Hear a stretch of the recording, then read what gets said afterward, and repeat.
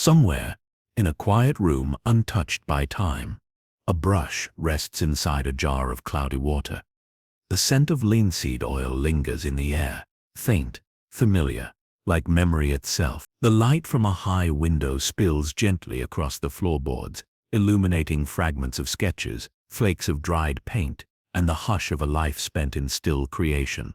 It could be any studio, in Florence, in Kyoto, in Delft, and yet it feels like all of them at once.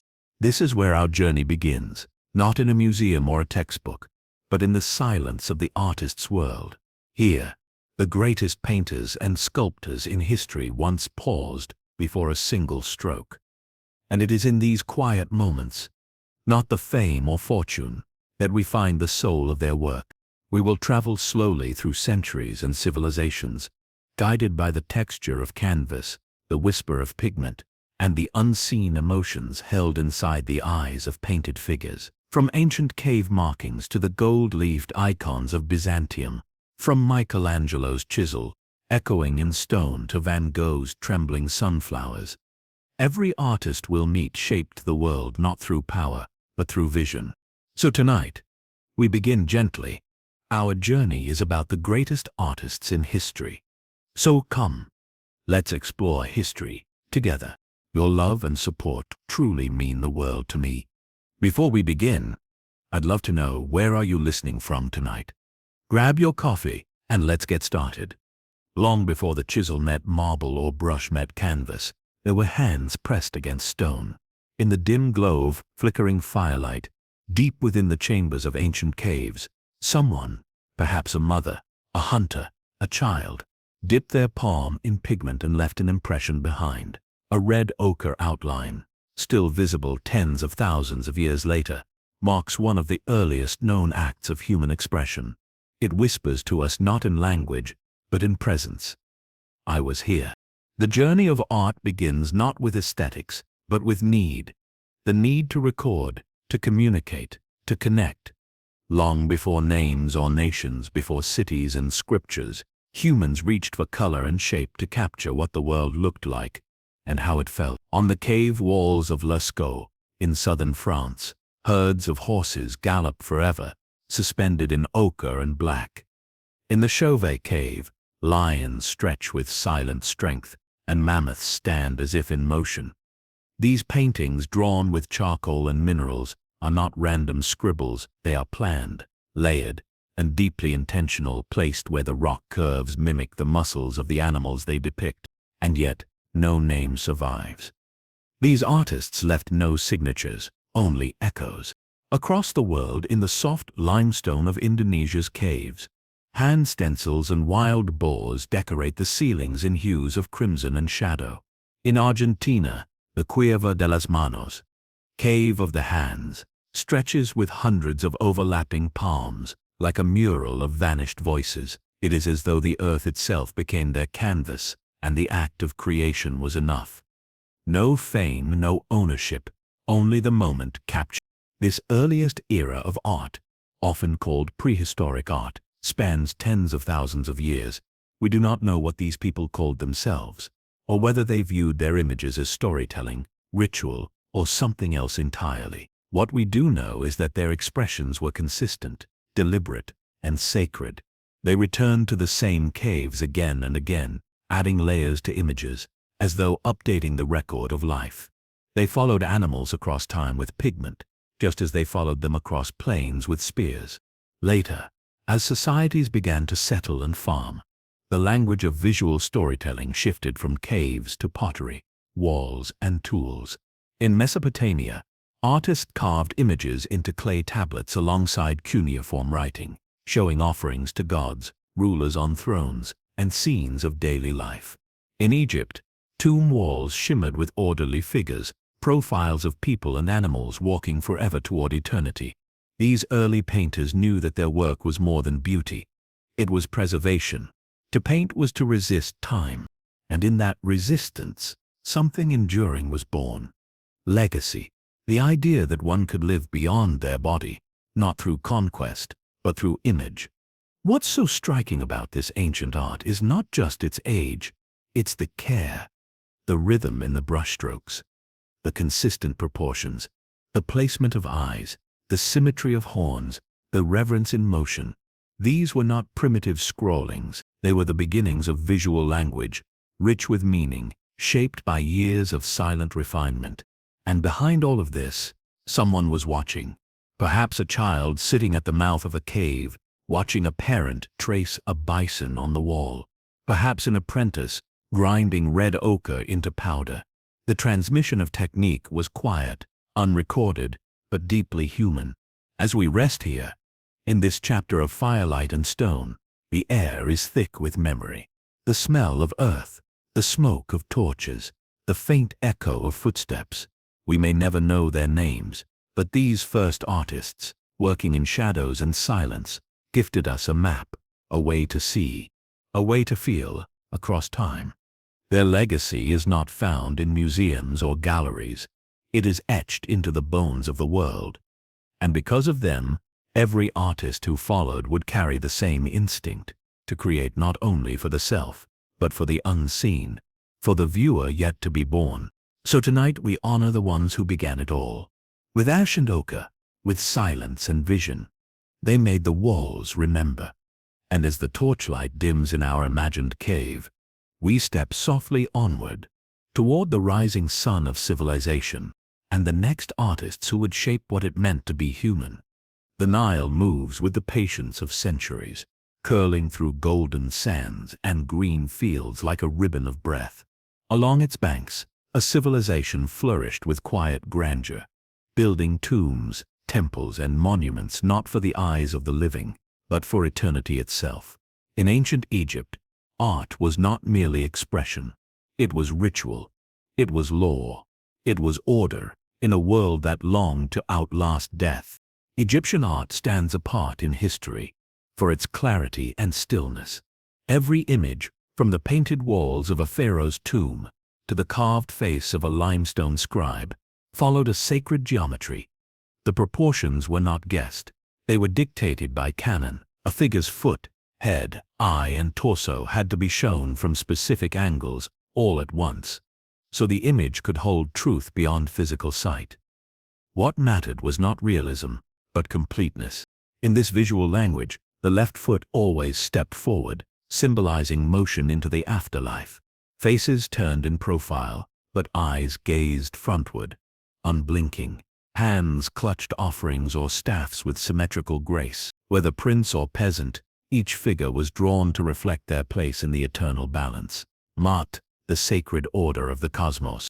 The artists of Egypt were not seen as individuals seeking fame. Their hands were instruments of divine architecture, working under priests, pharaohs, or temple builders.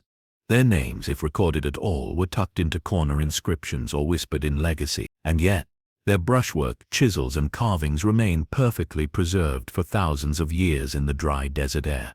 The tomb of Nabamun, painted around 1350 BCE, holds scenes of life as both celebration and offering.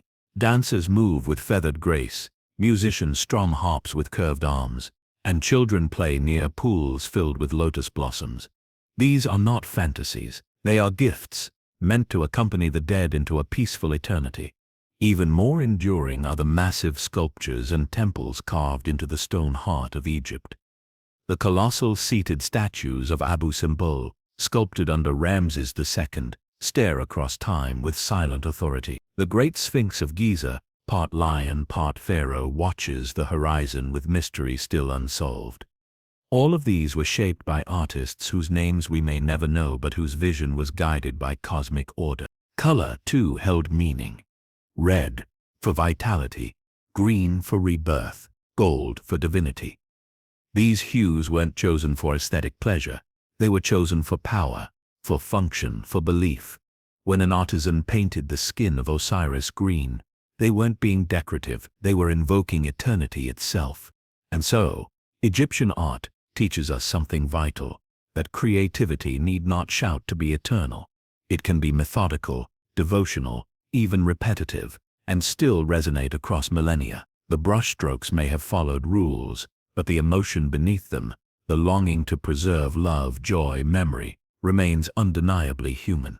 As night falls over the Nile in our mind's eye, the light dims gently behind sandstone pillars. A priest lays his hand on a wall painting, checking its lines, ensuring the sacred balance is respected. Somewhere in a hidden workshop, an apprentice grinds blue pigment from lapis lazuli, passed down from trader to trader, mountain to mountain, and the walls wait patiently to receive their next story.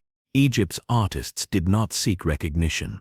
They sought alignment with something greater, the divine rhythm of the universe, and through that humility, their work survives.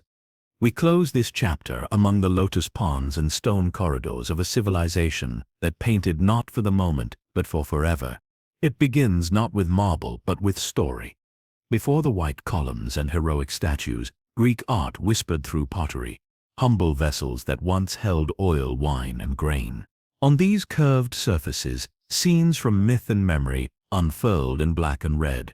Athena springing from Zeus's head, Odysseus clinging to the mast as sirens sing, dancers spinning beneath painted olive trees. Each cup and jar was both utility and legacy, a daily object carrying the dreams of a civilization.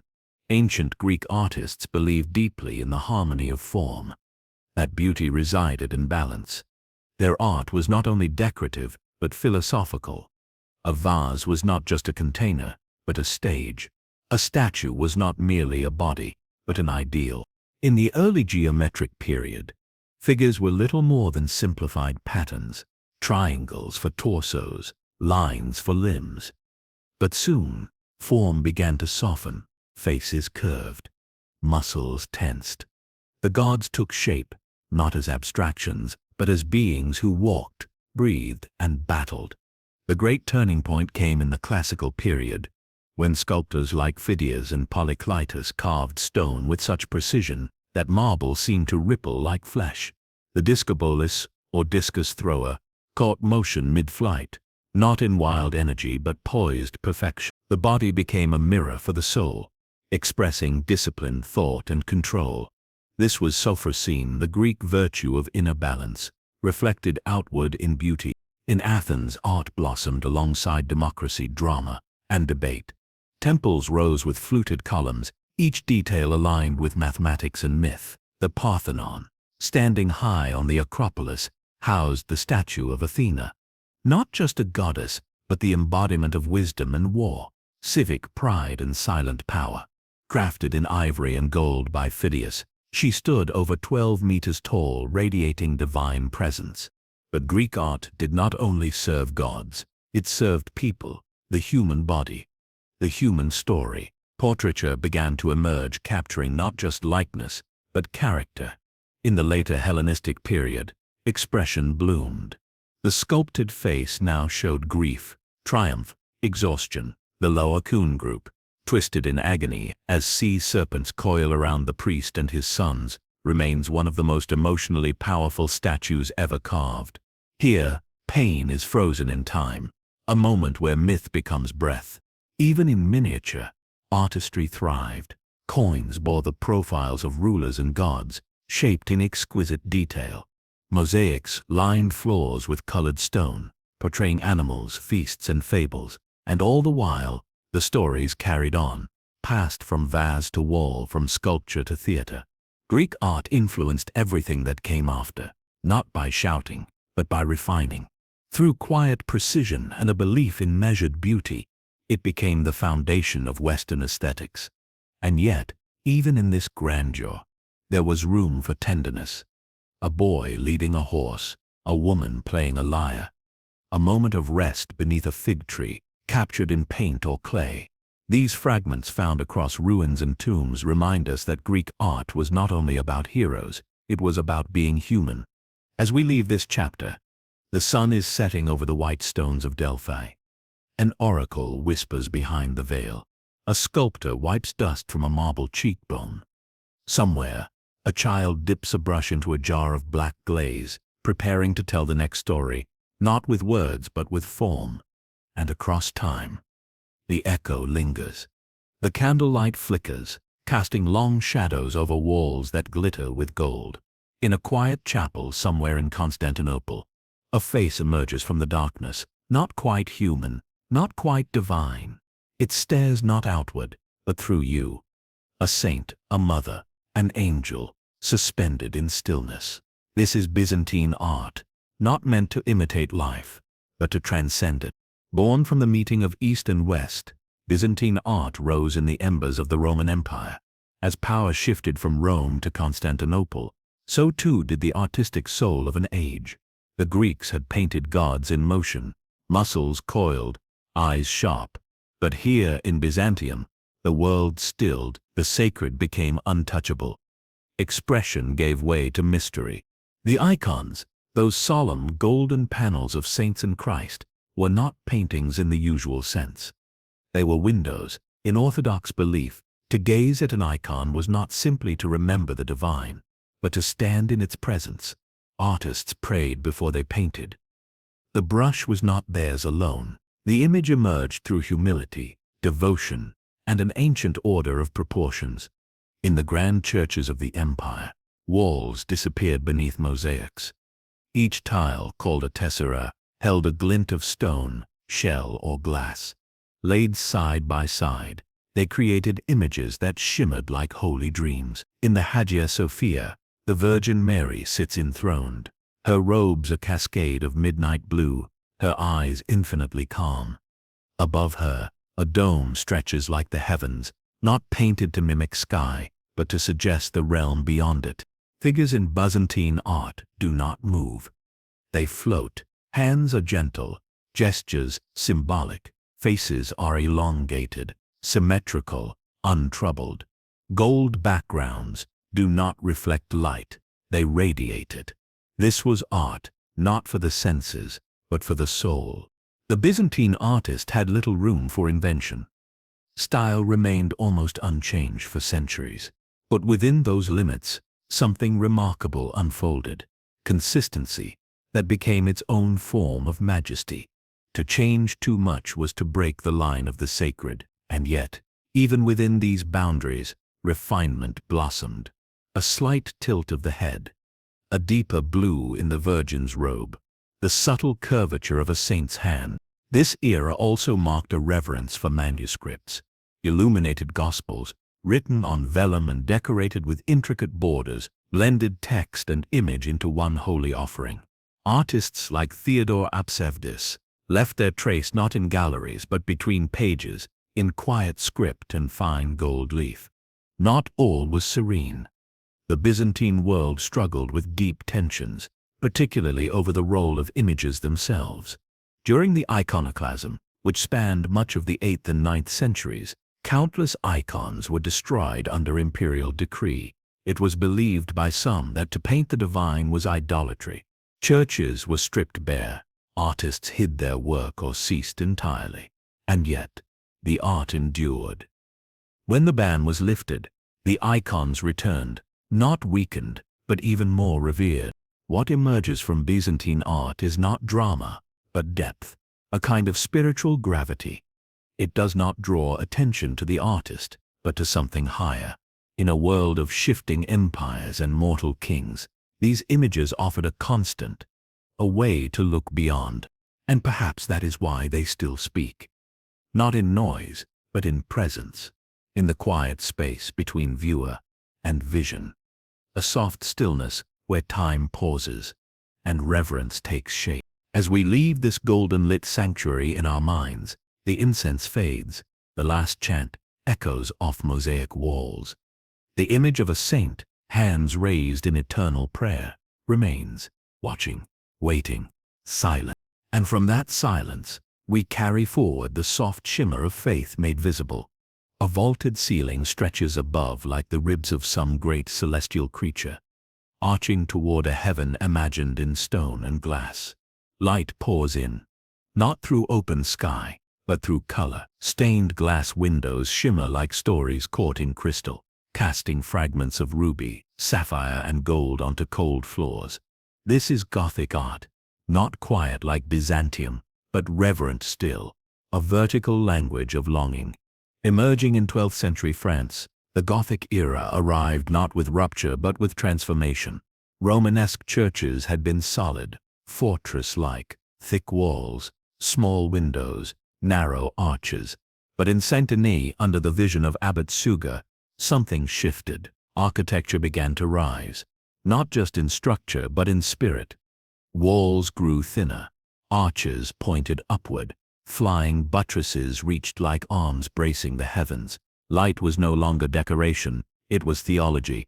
It was lux nova, the new light, thought to carry the presence of God.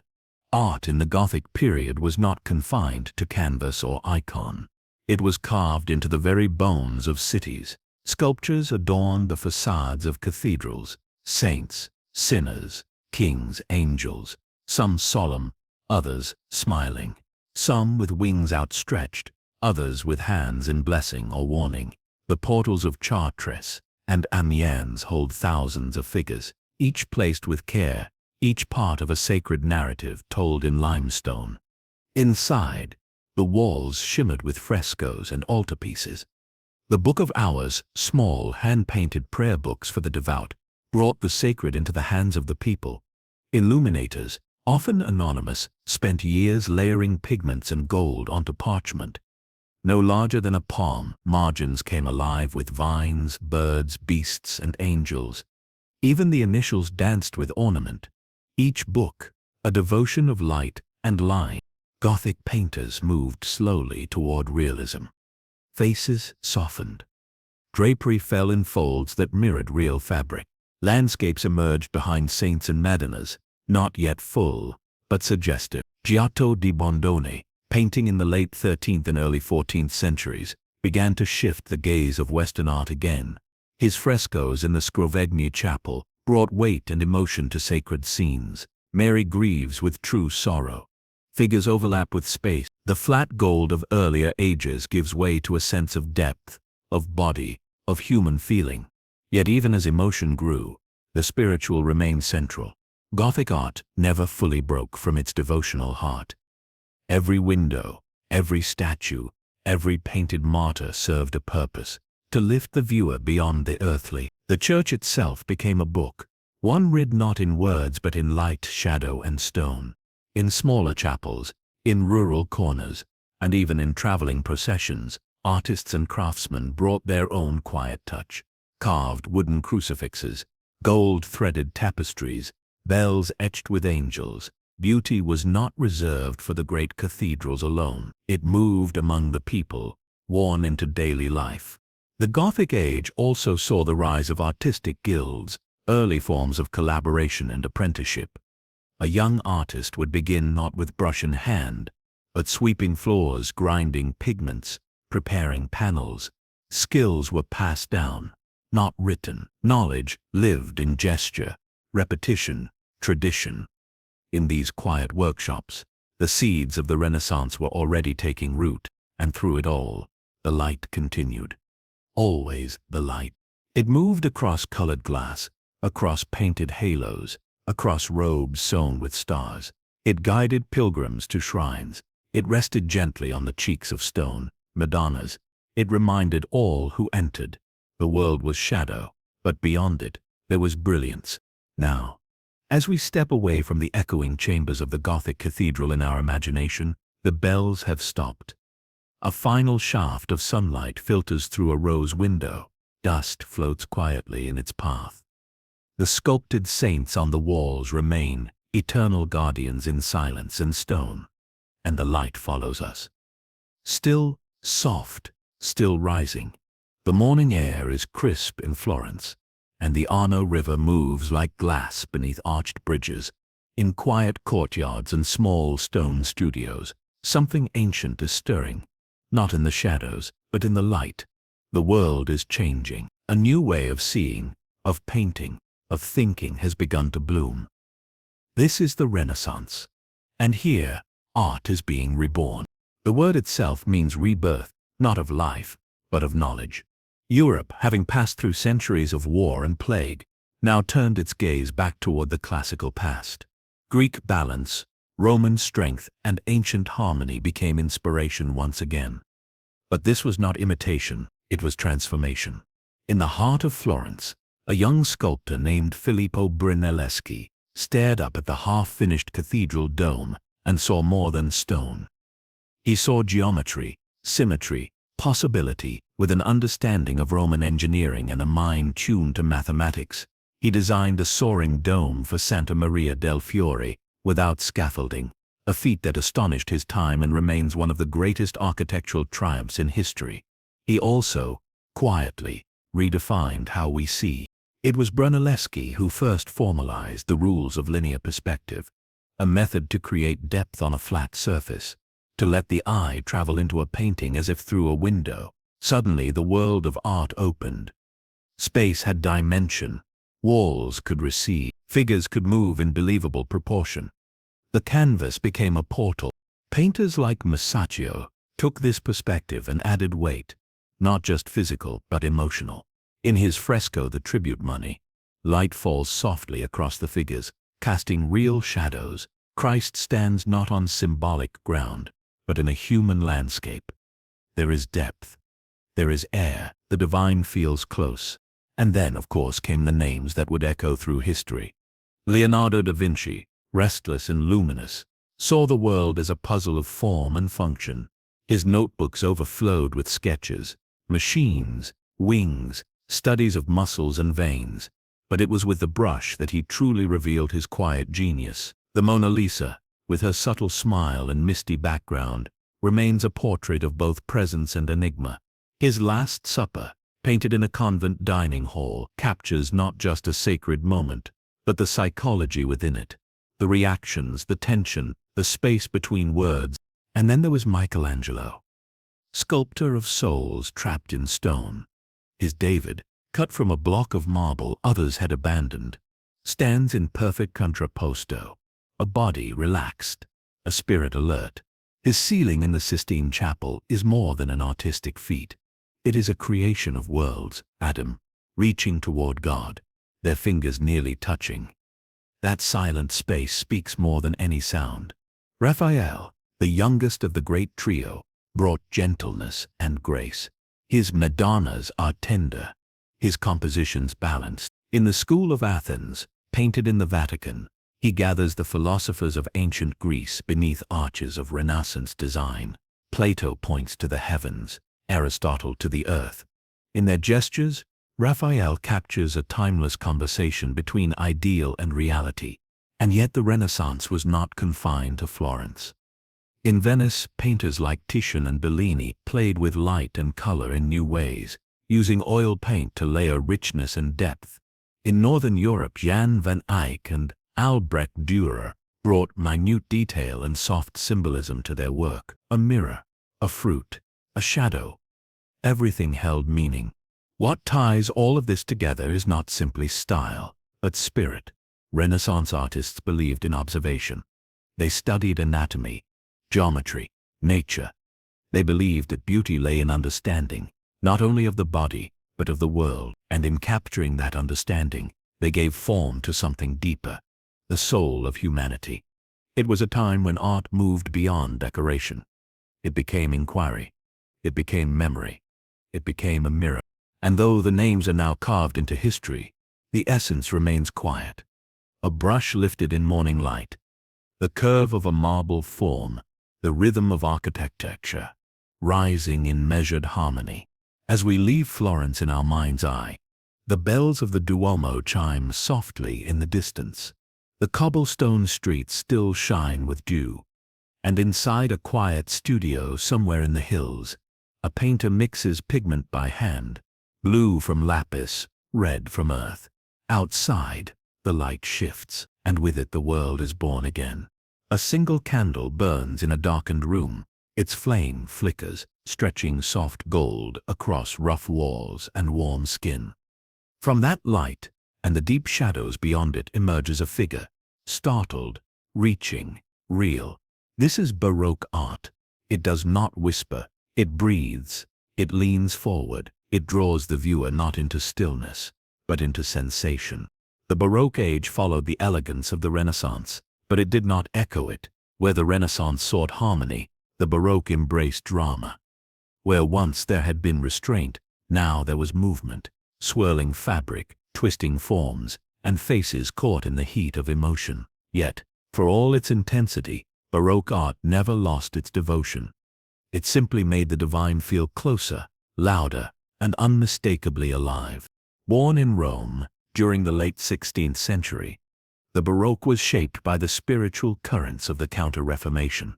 The Catholic Church, facing reform and resistance, turned to art as a way to stir faith once more.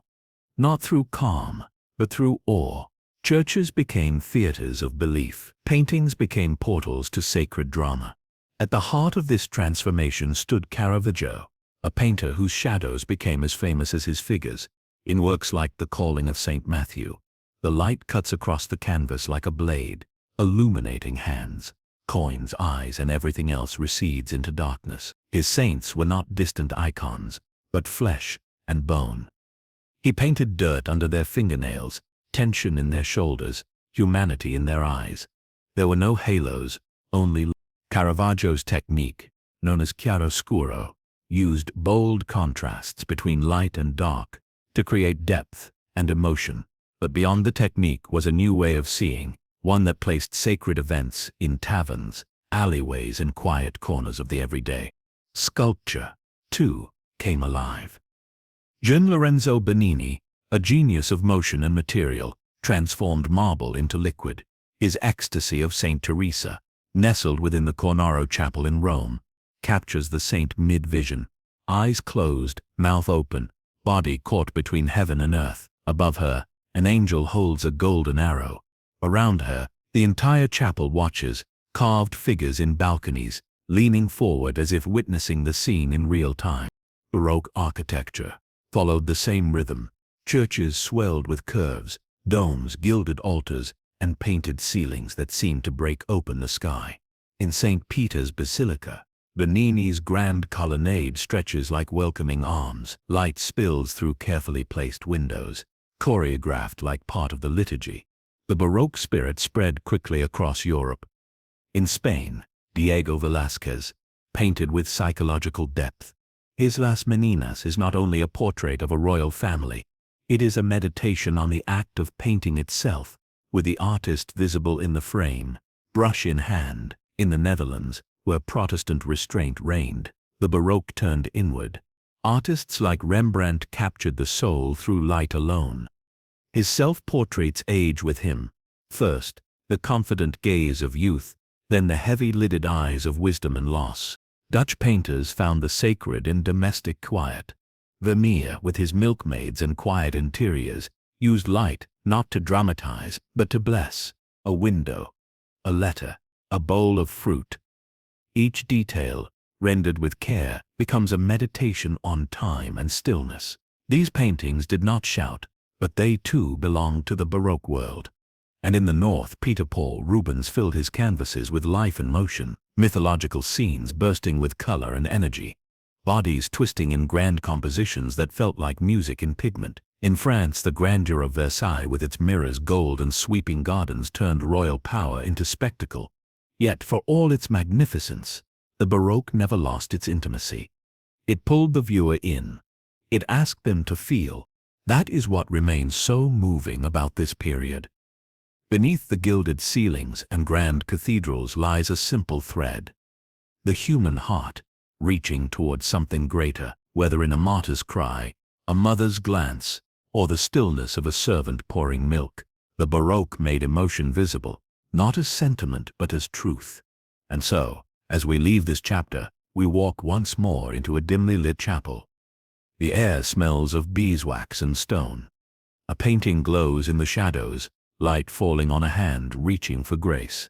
And just beyond it, the flame of the candle sways, gently, always gently. The breeze is soft, the perfume sweet. And somewhere nearby, laughter trails through a gilded salon. Here, beneath painted ceilings and crystal chandeliers, art has taken on a new tone. Not of grandeur or spiritual longing, but of pleasure, of beauty for its own sake. This is the world of Rococo, a world of whispers, curls, and softness. A style born not in churches or battlefields but in parlors and pleasure gardens. Emerging in early 18th century France, Rococo followed the dramatic weight of the Baroque like a sigh of relief.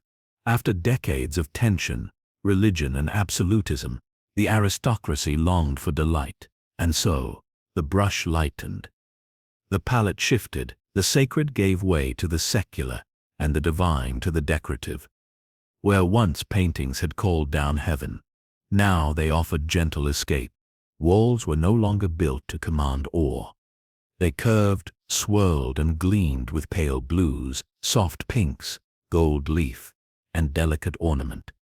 Furniture danced with floral motifs. Mirrors multiplied light. Every object became a canvas, every surface a stage. At the center of this movement was Jean-Antoine Watteau, whose paintings, like quiet music, captured the ephemeral grace of a fleeting moment.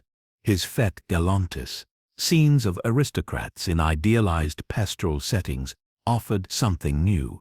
Not myth, not history, but mood. In Pilgrimage to Cythera, elegant couples drift through a dreamy landscape, caught between arrival and departure, joy and nostalgia. There is no central drama, only a shimmering softness, like memory in paint.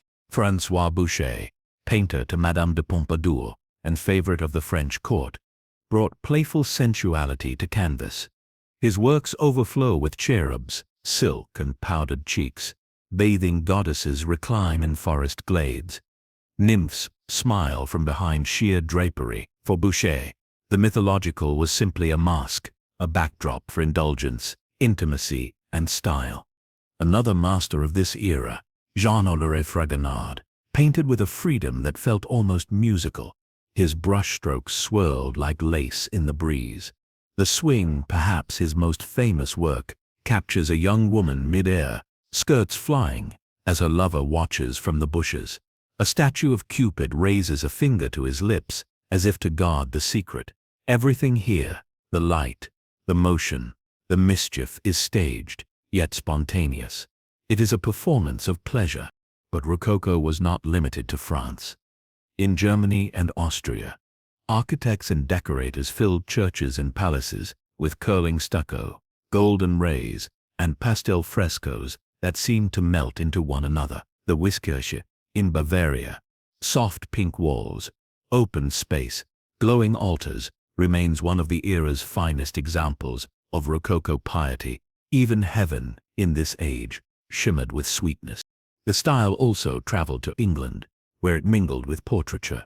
Artists like Thomas Gainsborough painted the nobility against windswept landscapes, balancing grace with nature. His Blue Boy in Satin and Stance embodies refinement without stiffness. Across the continent, Rococo echoed in fashion, music, even porcelain, its spirit evident in every gentle curve and playful detail. But beneath its delicacy, Rococo carried contradiction. While the elite danced in mirrored halls and commissioned scenes of flirtation, the world outside their walls was changing. Poverty, unrest, and the stirrings of revolution grew louder, and slowly, a new kind of art, clearer, cleaner, more serious, began to rise. Still, Rococo holds its place in history, not as a symbol of excess, but as a celebration of beauty, intimacy, and feeling.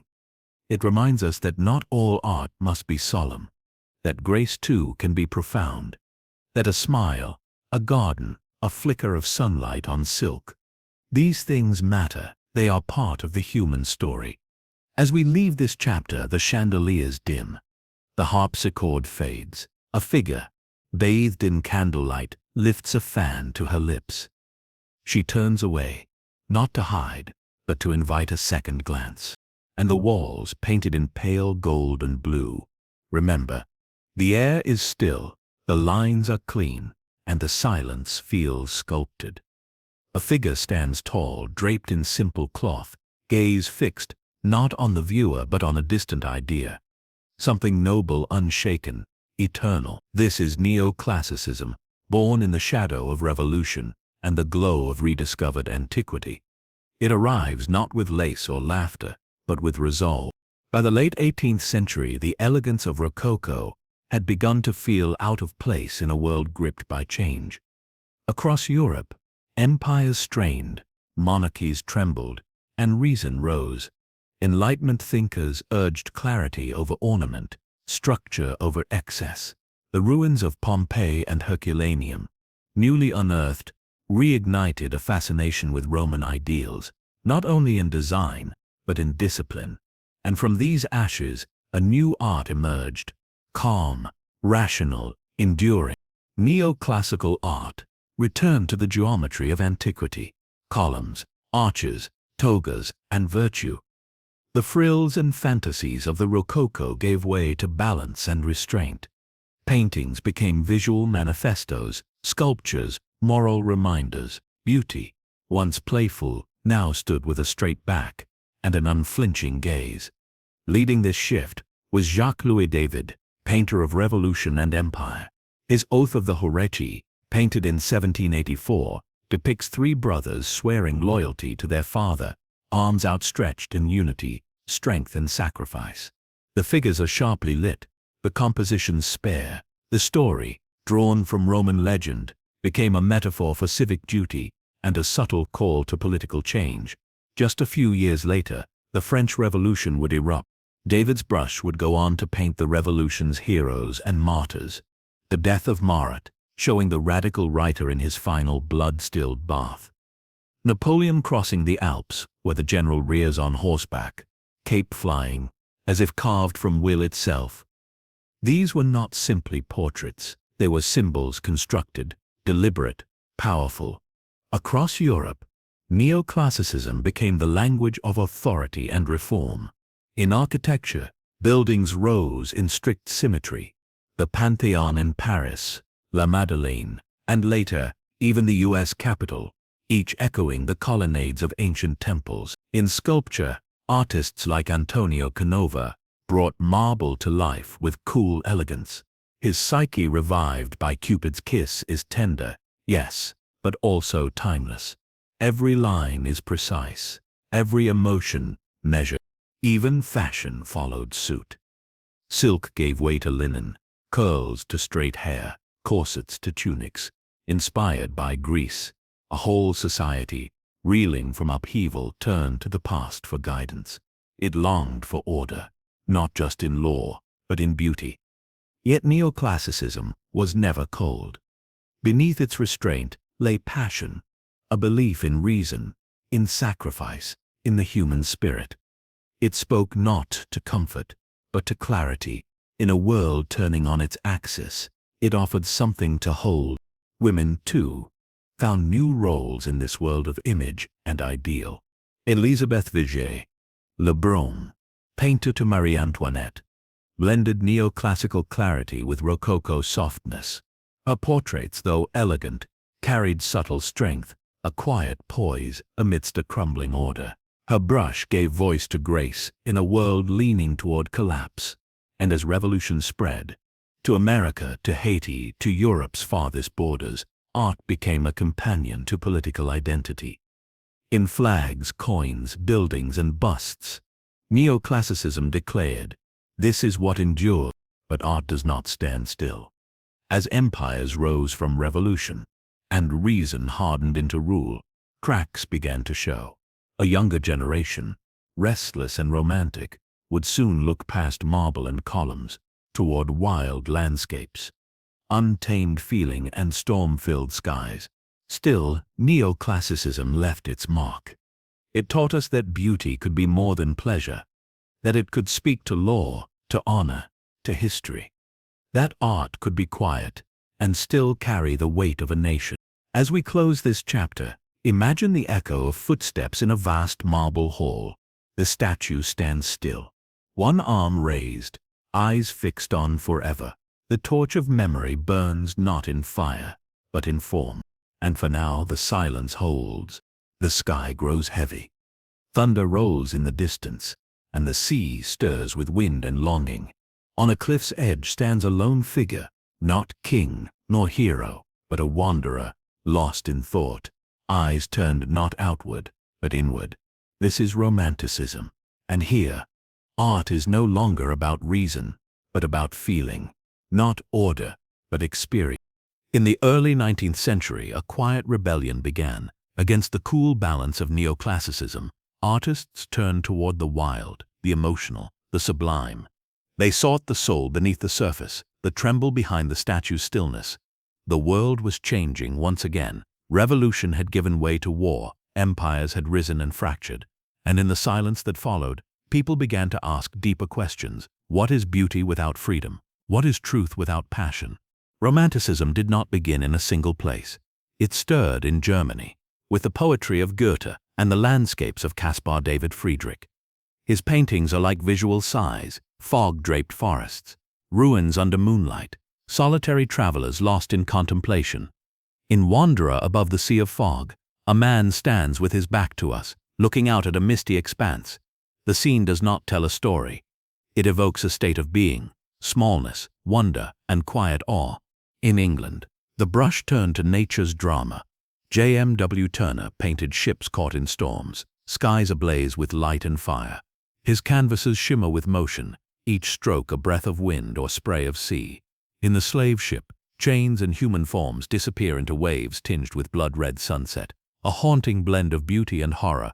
Turner's world was not peaceful, it was powerful. Beside him, John Constable painted with a different kind of reverence. His skies, too, were vast, but beneath them lay farms, haystacks, cottages, and slow-moving rivers. In The Haywain, he captured the English countryside not as fantasy but as memory, a gentle nostalgia, a longing for what was already slipping away. In France, Romanticism took on bold form and color. Eugène Delacroix, with his sweeping compositions, painted revolution itself. In Liberty Leading the People, a woman bare-breasted and fearless carries the French flag over barricades and bodies. Around her chaos, above her resolve. Delacroix did not paint ideals, he painted fire, blood, breath. Romanticism was not only visual, it was musical, poetic, architectural. Kefauver's symphonies thundered with emotion. Victor Hugo's novels broke hearts, and in quiet reading rooms, by flickering candlelight, romantic art found its most devoted audience, those who longed to feel deeply, to dream fully, to escape the growing machinery of the modern world. That machinery, the Industrial Revolution, was changing everything. Cities swelled, smoke rose, nature shrank, and as steel and steam advanced, the romantic soul looked back to the forest, to the mountain, to the myth. Artists turned to medieval legends, to the mysteries of the East, to ancient ruins overgrown with ivy. Anything untouched by modern order held magic. Romanticism also opened the door for the personal. Artists no longer painted what they were told. They painted what they believed, what they feared, what they loved. The studio became a sanctuary, the canvas a confession. Women, too, found new space within Romanticism's quiet rebellion. Painters like Marie-Guillemine Benoist and Rosalba Carrera brought strength to portraiture, not just beauty, but inner world. Poets like Emily Bronte and Mary Shelley wrote of storms within the mind and soul, giving voice to longing and loss. Even as Romanticism spread, it never formed a single style. It was a current, emotional, restless, changing with the wind. In one painting, it roared. In another, it whispered. But always, it reached inward, toward the heart. And as we close this chapter, we stand beside that lone figure once more, looking out into mist and silence. The sea is vast, the sky darkening, but there is no fear, only wonder. A reminder that within each of us, beyond thought, beyond reason, lives something wild and wide as the wind. The room is simple, a table, a loaf of bread. A woman bends to mend a garment while light filters through a worn curtain. There is no gold, no mythology, no celestial burst of meaning, only life, unvarnished, honest, present. This is realism, the art of the real, and in it, the extraordinary is found in what once seemed invisible.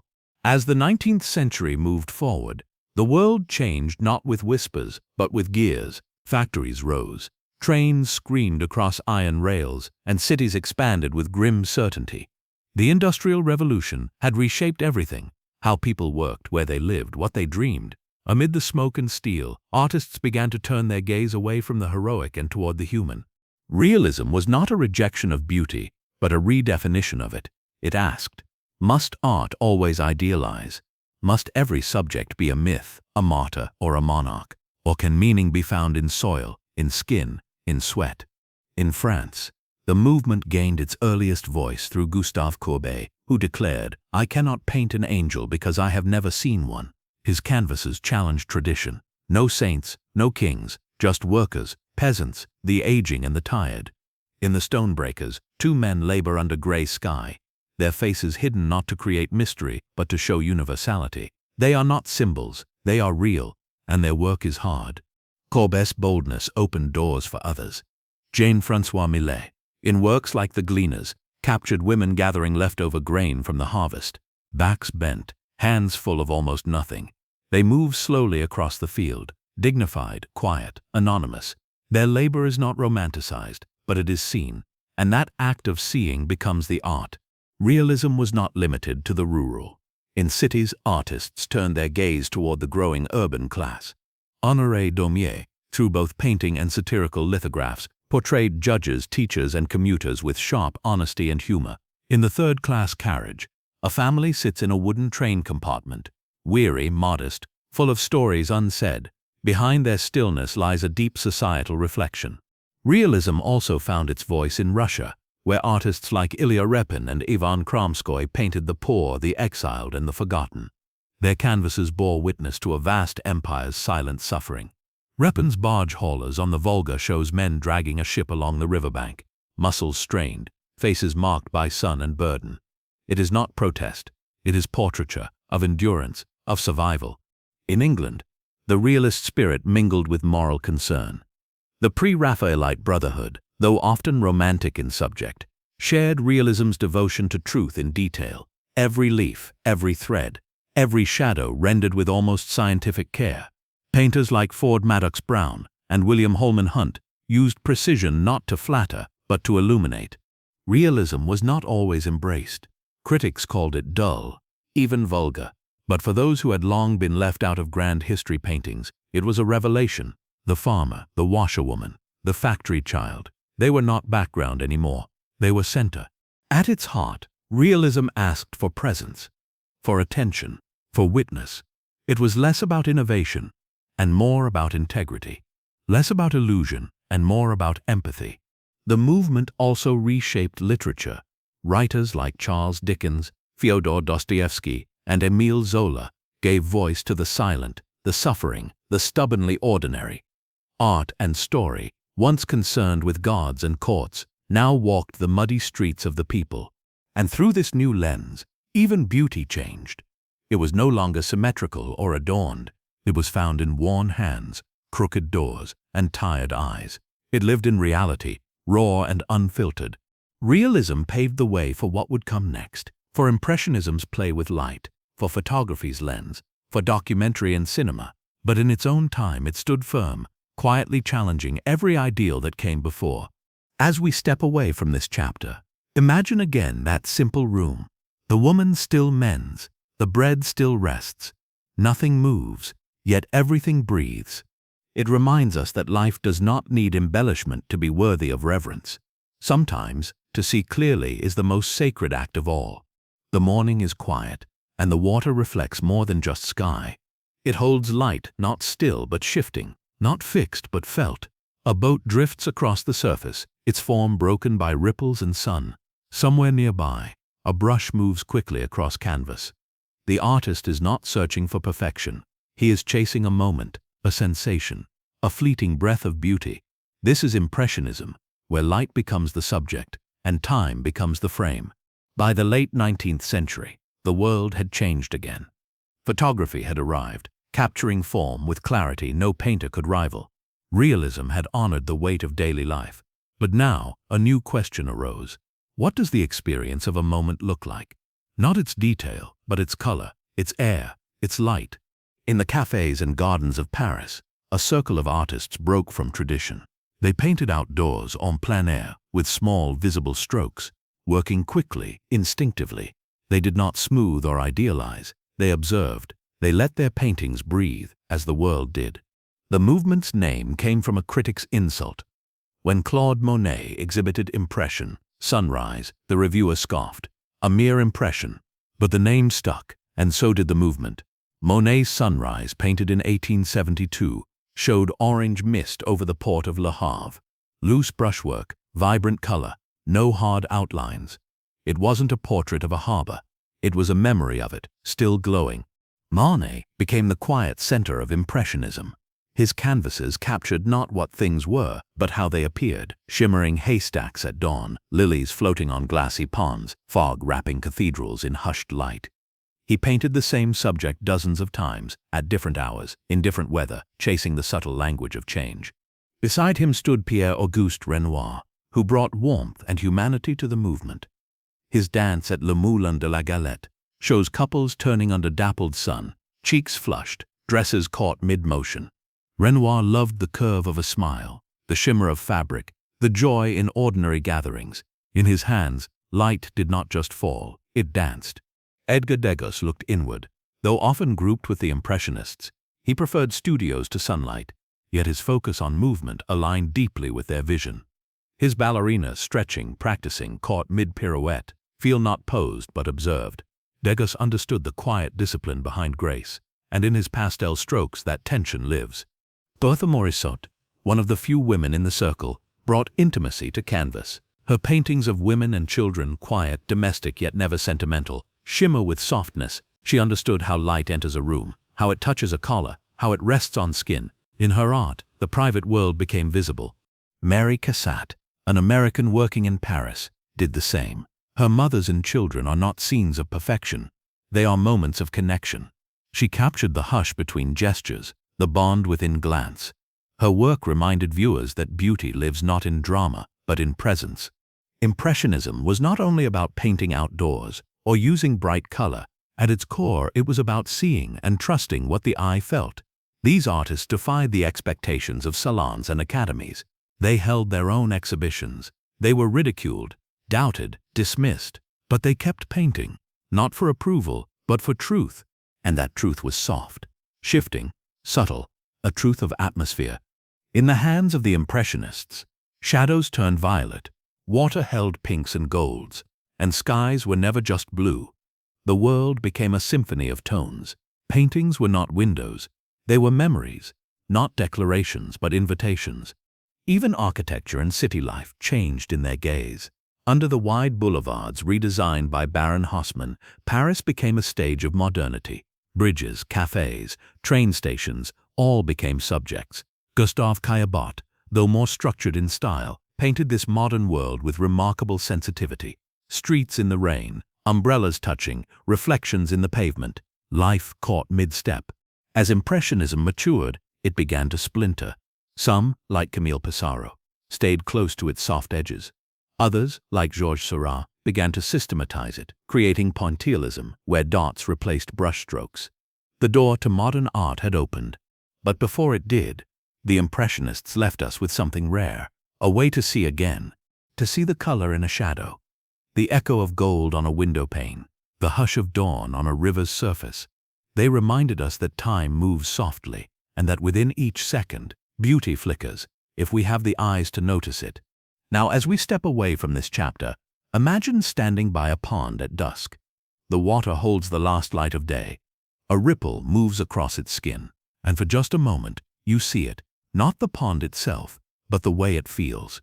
A soft impression left behind by light. The hills roll in steady rhythm, and the sky above feels thick with unseen meaning. In the stillness of a field, colors speak louder than words. Shapes begin to hold emotion. The brush no longer just records what is seen, it reaches inward, reflecting what is felt. This is post-impressionism, not a rejection, but a continuation, a turning inward, a search for something deeper than the fleeting shimmer of light. By the late 19th century, Impressionism had transformed how artists viewed the world, in moments, in sensations, in color. But some began to crave more than surface. They wanted structure, symbolism, expression. They wanted not only to show how the world looked, but how it pressed against the soul. The term post-impressionism was coined much later, yet its pioneers were already quietly shaping something new. Each followed their own path, but together they deepened the language of modern art. They made emotion visible, not as sentiment, but as vision. At the heart of this shift was Vincent van Gogh, a Dutch artist whose work seemed to burn with inner fire. In life, he sold almost nothing. In death, his canvases became among the most beloved in history. Van Gogh painted not what the eye sees, but what the heart remembers. His Starry Night, painted from the window of a mental asylum, shows swirling skies over a sleeping town. The stars pulse like lanterns, the sky trembles, the world feels alive, unstable, luminous. In his sunflowers, petals explode outward with thick impasto strokes, a celebration of light, yes, but also impermanence. His work was not quiet, it was raw, it ached. Where Van Gogh used paint like a heartbeat, Paul Cézanne used it like architecture. His landscapes of Mont Sainte-Victoire, his still lifes with apples and jars, they hold weight. Cézanne was fascinated by form and volume. He once said he wanted to treat nature by the cylinder, the sphere, the cone. Through color and geometry, he laid the foundation for cubism and much of modern abstraction. In Cézanne's hands, a mountain is not only seen, it is built. Paul Gauguin, by contrast, searched far from home, disillusioned with modern life. He sailed to Tahiti, where he hoped to find purity, simplicity, and new meaning. His works, like Where Do We Come From, What Are We, Where Are We Going, are full of symbolism, bold outlines, and flattened space. Gauguin's figures don't exist in a single moment, they float in myth and memory. He believed that color should not mimic nature, but serve the spirit. His world was a dream, shaped by longing and loss. Georges Seurat approached painting with science. He studied optics and developed pointillism, a method of placing tiny dots of color side by side, so the eye blends them at a distance.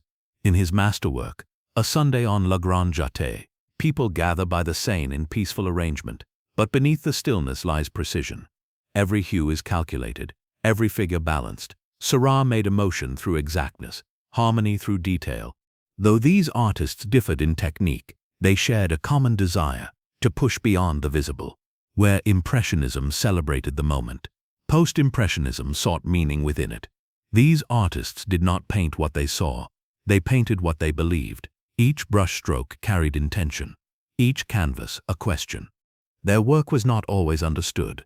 Critics called them strange, excessive, even mad. But quietly their influence grew. Younger artists began to take notice. They saw in these bold colors and strange forms the beginning of something new, something free. Post-Impressionism also opened doors for emotional honesty in art. There was room now for sadness, for isolation, for spiritual searching.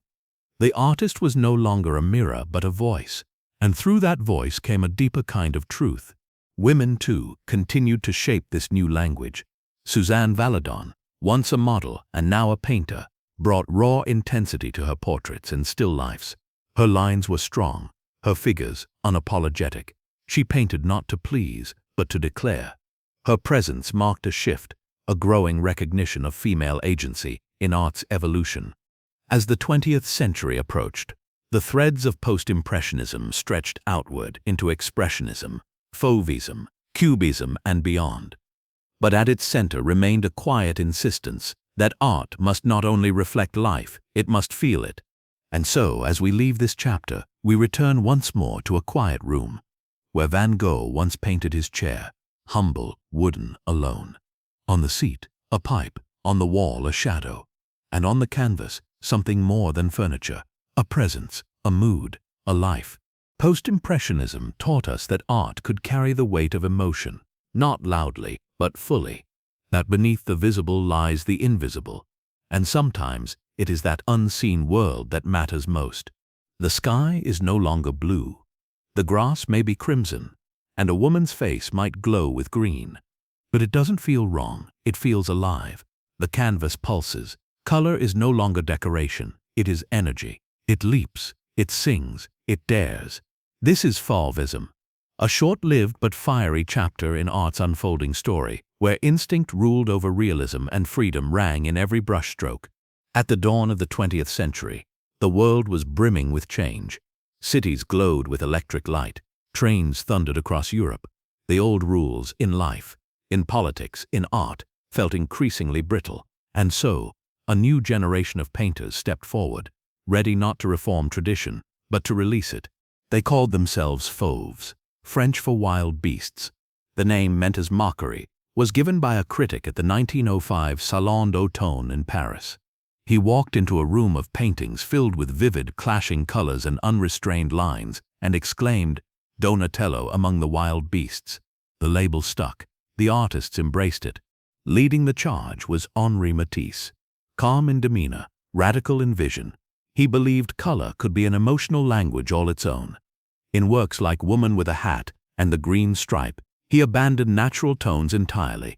A face might be split by emerald and violet, shadows could be pink, yet something true remained, not truth of sight, but truth of feeling. Matisse once said, "I don't paint things, I paint the difference between things."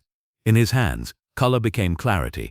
Alongside him stood André Derain, whose landscapes throbbed with pure luminous hues. In The Turning Road, Lestat, trees blaze with orange, skies with turquoise. The brushstrokes are unblended, unrepentant. Derain believed the eye could be retrained, that nature did not have to dictate how we see. For him, the canvas was not a window but a fire. Fauvism did not aim to tell stories. It aimed to evoke. There were few religious scenes, few historical dramas. Instead, we find portraits, interiors, sunlit gardens, boats, dances, ordinary subjects, made extraordinary through color alone. Where the Impressionists softened the world into light, the Fauves split it open and let it radiate. There was joy in it, a celebration, but also risk. These artists were stepping outside centuries of tradition, out of the academy, away from perspective, beyond shadow and shading. They faced criticism, confusion, dismissal, and yet they pressed on.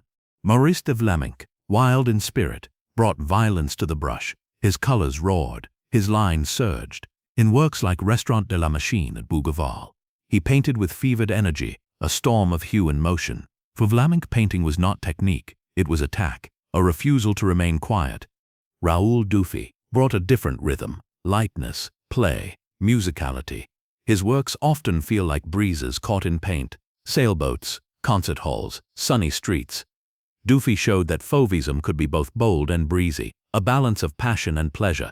Georges Braque, too, began as a fauve, though he would soon help invent Cubism. His early works, rich in ochres and blues, hinted at a shifting perspective. He saw even then that color could lead somewhere deeper, not just into feeling but into form. And within this movement, the role of women artists began, subtly, to expand. Painters like Émilie Charmy and Marie Laurencin contributed to the Fauvist spirit, often merging it with their own poetic inward expressions. Their work, though lesser known, helped broaden the emotional vocabulary of the movement. Fauvism was never a manifesto. It had no school, no doctrine.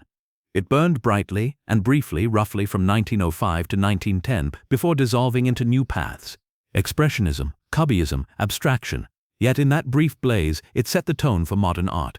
It declared, color is not the servant of nature, it is its equal, and it offered a new kind of freedom, not just for artists but for viewers. It allowed us to feel without needing to name, to respond without needing to understand. That is Fauvism's gift. It bypasses the intellect, it speaks directly to the eye, and through it, the heart. As we close this chapter, imagine a wall bathed in sunlight. On it hangs a painting, not of a place, but of a pulse. Red meets gold, meets violet. The brush strokes do not explain, they hum. And in their hum, we remember. Art does not always need reason. Sometimes it only needs courage. A violin lies on a table, but it doesn't sit still. Its curves are repeated, twisted, echoed. Shadows shift into planes. Space folds in on itself. The viewer cannot take it in at once. They must move, guess, rebuild. This is Cubism, where the world is not shown as it looks, but as it is known, from many sides, all at once. In the early 20th century, the world was speeding up. Machines buzzed, cities towered, and science revealed dimensions beyond the visible. The certainty of vision, so central to art since the Renaissance, began to waver. Artists now wondered, what if sight was not the only way to understand? Cubism emerged, not to discard beauty, but to redefine it. No longer was a painting a window into illusion.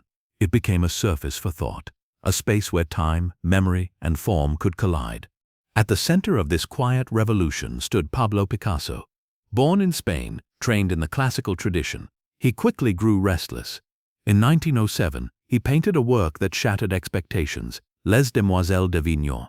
Inspired by African masks and Iberian sculpture, 5 women stand not as sensual figures, but as angular, confrontational forms. Faces flatten into wedges, bodies fragment. The canvas no longer comforts, it demands. Though critics recoiled, fellow artists took notice. none more so than Georges Braque, a French painter drawn to the discipline of structure. Together, Picasso and Braque began a deep visual dialogue. From 1908 to 1914, they worked side by side in Paris, breaking objects into parts, turning forms into geometry, making flatness speak. This early phase, known as analytical cubism, stripped color to muted earth tones. The goal was clarity, not decoration. A bottle, a pipe, a face. Each is dismantled into overlapping planes. Shadows are drawn, not blended. The illusion of depth is replaced by logic. In Braque's violin and palette, the instrument is barely recognizable. Yet something essential remains: the way it bends, its weight, its rhythm. The painting becomes less about depiction and more about understanding, not what a violin looks like, but how it feels to no one. By 1912, Cubism evolved again. This new phase, synthetic cubism, introduced brighter colors, simpler shapes, and, most radically, collage. Artists began pasting newspaper clippings, wallpaper, and sheet music into their compositions. In Picasso's still life with chair caning, a piece of oilcloth printed to resemble wicker is attached directly to the canvas. A real rope forms the frame. Suddenly the boundary between art and life thins. The painting is no longer a picture, it is a thing. Cubism was not confined to its founders. It spread across Europe, shaping the visions of Juan Gris, Robert Delaunay, Albert Gleizes, and Fernand Léger. Each brought their own rhythm. Gris added harmony and elegance. Delaunay, influenced by light and movement, veered into color-rich abstraction. Léger saw the modern world, machines, cities, humans as bold, tubular forms. Though many labeled Cubism as cold or cerebral, it was deeply connected to modern life. It reflected a world fragmented by speed, by technology, by uncertainty, and it offered something new, a way to hold those pieces together. It also reshaped the role of the viewer, no longer passive. The audience was now involved, required to interpret, to reconstruct, to feel their way through the canvas. Cubism didn't explain. It invited exploration. Even in its radical nature, Cubism had echoes of the past. It was, in many ways, a return to structure, but through a modern lens. Where classical art prized order, Cubism found it again, not in illusion but in concept. The balance shifted from the eye to the mind. Women artists, too, found footing in Cubism's new terrain. Marie Laurencin, Sonia Delaunay, and Lyubov Popova worked alongside their male peers, pushing the movement's boundaries. Sonia Delaunay, in particular, fused Cubist ideas with fashion and design, creating dresses, furniture, and stage sets that turned geometry into lifestyle. By the time World War I erupted, Cubism had already transformed the visual language of the 20th century. Its ideas rippled outward, influencing futurism, constructivism, and later even the abstractions of Bauhaus and De Style. But its core remained: the belief that art could go beyond appearance, that it could express what lies beneath, the rhythm of thought, the structure of time, the essence of things unseen. As we end this chapter, imagine not a scene, but a surface. Broken pieces, curved lines, color, cut from paper, a pipe, a face, a song, not assembled, but suggested, a puzzle waiting. Cubism reminds us that the world is not always neat, that truth, like form, can fracture and yet remain whole. The street is tilted, the face is twisted, and the sky glows with uneasy color. There is no softness here, no attempt to calm or please. What you see is not the world as it appears, but the world as it feels. This is expressionism, art born from urgency, shaped by inner tremors, and painted with emotion laid bare. As the early 20th century unfolded, a quiet tension pulsed beneath the surface of Europe. Cities were growing fast, industry booming, but so too was disquiet. Social divisions deepened, war loomed, and in this atmosphere of strain, a generation of artists turned not to reason, nor to harmony, but to the soul. Expressionism did not come from one school, nor from one country. It was a current, flowing through art, music, poetry, and theater. Its central belief was simple: that art should express the inner world of the artist, even at the cost of breaking form. In Germany, the movement found some of its strongest voices. Around 1905 in Dresden, a group of young artists formed Die Brücke, the bridge. They saw themselves as a link between past and future, tradition and rebellion. Among them were Ernst Ludwig Kirchner, Emil Nolde, and Carl Schmidt-Rottluff. Their canvases crackled with raw color and jagged line. Kirchner Street, Dresden, shows a bustling avenue, but the faces are mask-like, alienated. The perspective is warped, emotion distorts reality. These painters were not interested in beauty as politeness. They painted to awaken, to jar the viewer into feeling. A few years later in Munich, another group emerged, Der Blaue Reiter, the Blue Rider, founded by Wassily Kandinsky and Franz Marc. This circle moved even further inward. Kandinsky, a Russian painter and theorist, believed that color and form could carry spiritual resonance like music. His paintings, often abstract swirls of shape and hue, aimed not to depict objects, but to evoke vibration within the soul. In his essay concerning the spiritual in art, he wrote of inner necessity, the artist's duty to express what lay within. Franz Marc, meanwhile, painted animals, blue horses, yellow cows, not as fantasy, but as symbols of purity in a corrupt world. For him, animals were vessels of innocence. In the fate of the animals, his vision darkened, jagged forms, sharp hues, and a sense of approaching doom. It was painted just before the outbreak of war, which would claim his life. Expressionism also reached Austria, where painters like Egon Schiele and Oskar Kokoschka brought a more psychological edge. Schiele's self-portraits are taut with anxiety, skeletal frames, haunted eyes, twisted poses. He painted himself not as he wished to be seen, but as he felt in solitude. His lines are sharp, his colors often pale, bruised. There is pain, but there is also presence. Oskar Kokoschka, meanwhile, merged emotion with political awareness. In works like The Bride of the Wind, he depicted longing, obsession, and despair. The painting, thought to reflect his failed love affair with Alma Mahler, swirls with storm-like force. Here, personal emotion becomes myth. Outside of the German-speaking world, expressionist currents stirred as well. In Norway, Edvard Munch had already given the world its most iconic scream, a figure beneath a burning sky, hands at its cheeks, mouth wide in terror. Though painted in 1893, the scream foretold the emotional terrain of expressionism. Munch's work explored grief, illness, anxiety, not in idealized form, but as raw truth. Expressionism also took root in literature and film. In poetry, it emerged in broken rhythm and dark metaphor. In cinema, it found shadows and slanted sets, like in the 1920 silent film The Cabinet of Dr. Caligari, where fear takes form in twisted architecture. The style crept into every corner of creative life, particularly in the years between wars. Women, too, shaped expressionism's emotional grammar.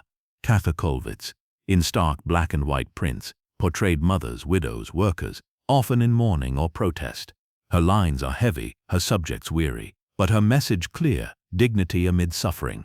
Through etching, lithograph, and woodcut, she became one of the most powerful voices for empathy in art's history.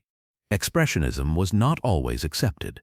Critics called it ugly, unstable, even dangerous. And yet it endured, because it told truths no other form could reach. It did not hide behind harmony. It stepped forward and confessed.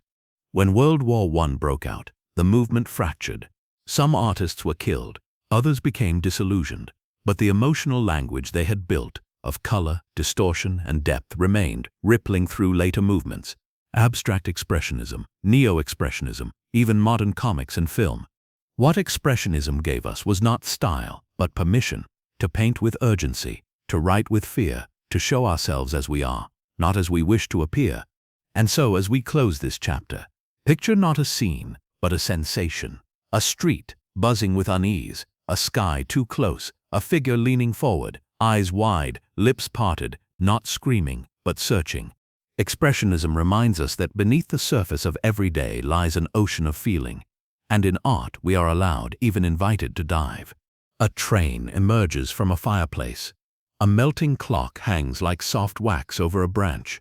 A woman's face dissolves into butterflies.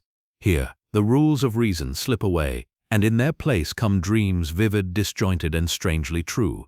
This is surrealism, a movement that sought not to explain the world, but to reveal what lay hidden beneath its surface.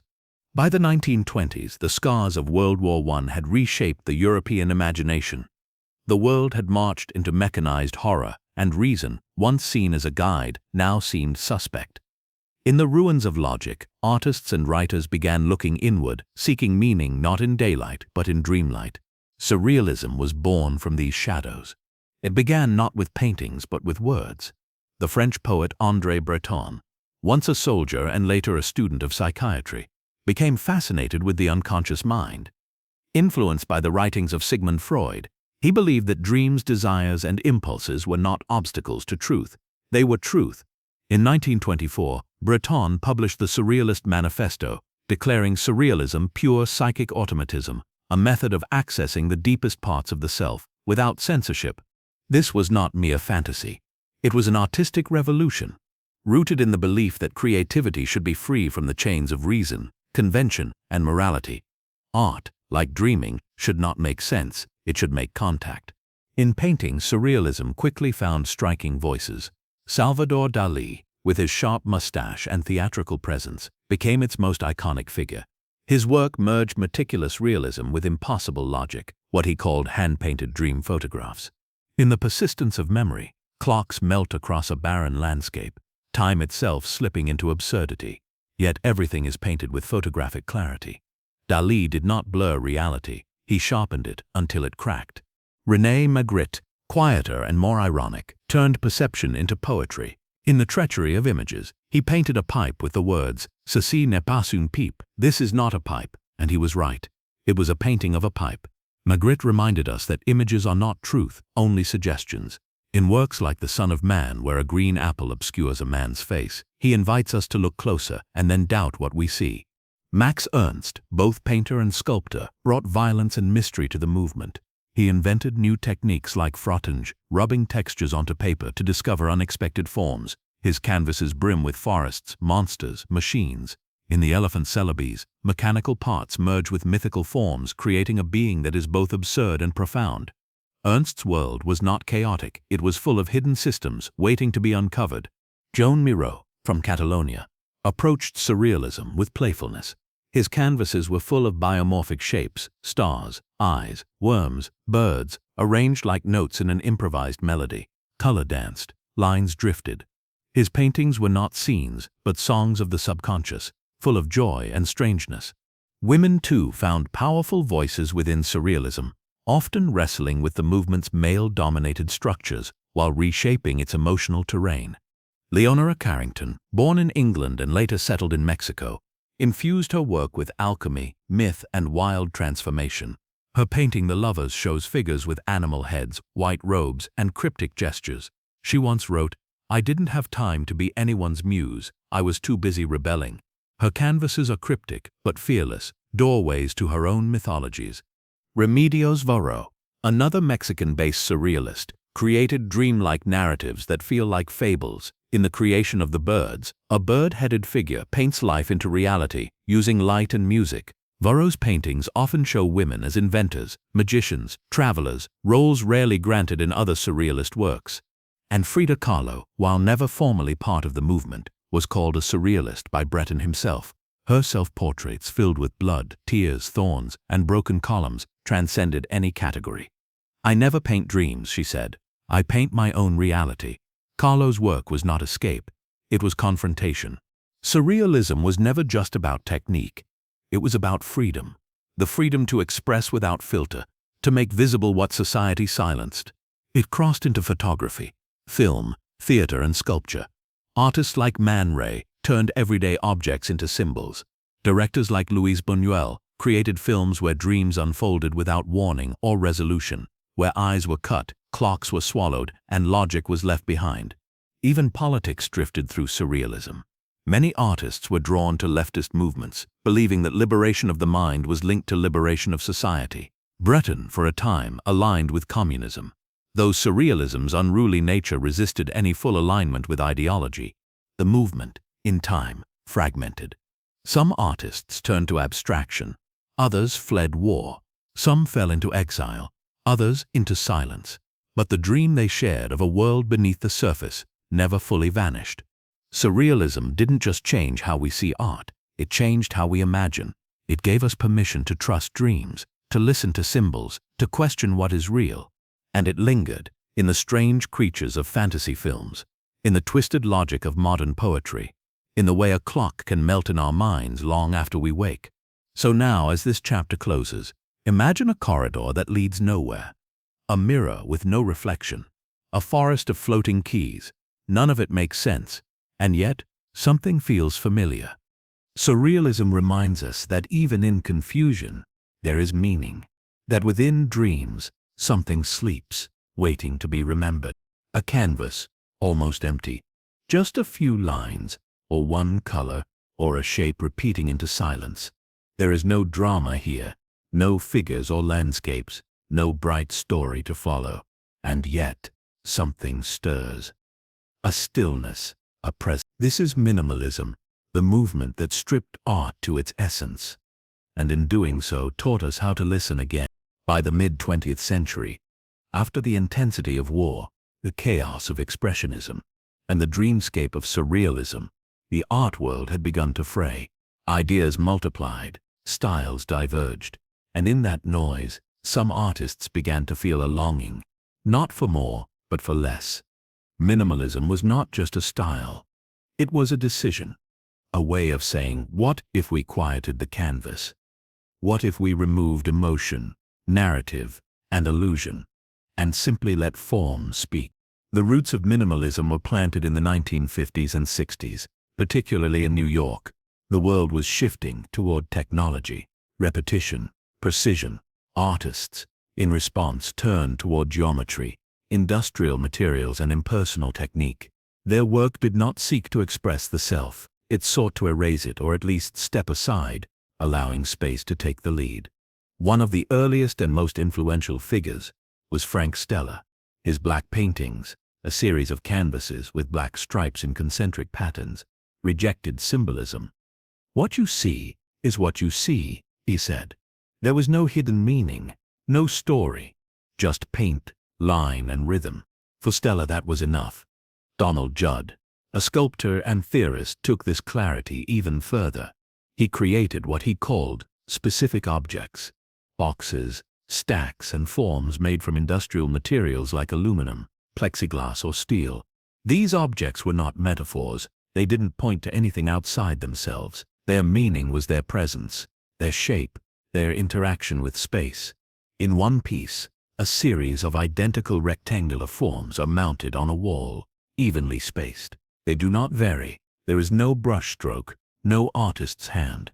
And yet, standing before them, one feels something, not emotion perhaps, but awareness, of distance, of light, of repetition. The viewer becomes part of the work.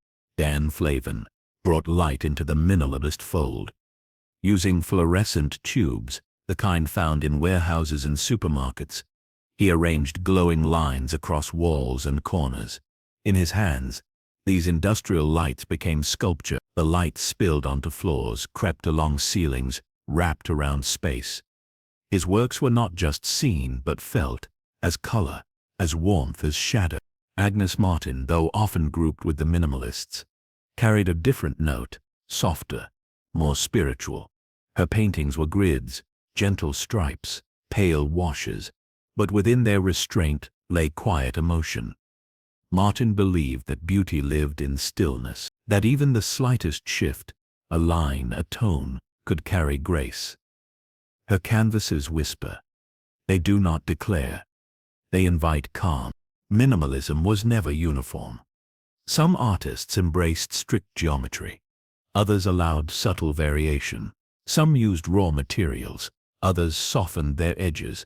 But all shared a belief in essence, that by removing excess, something truer might emerge.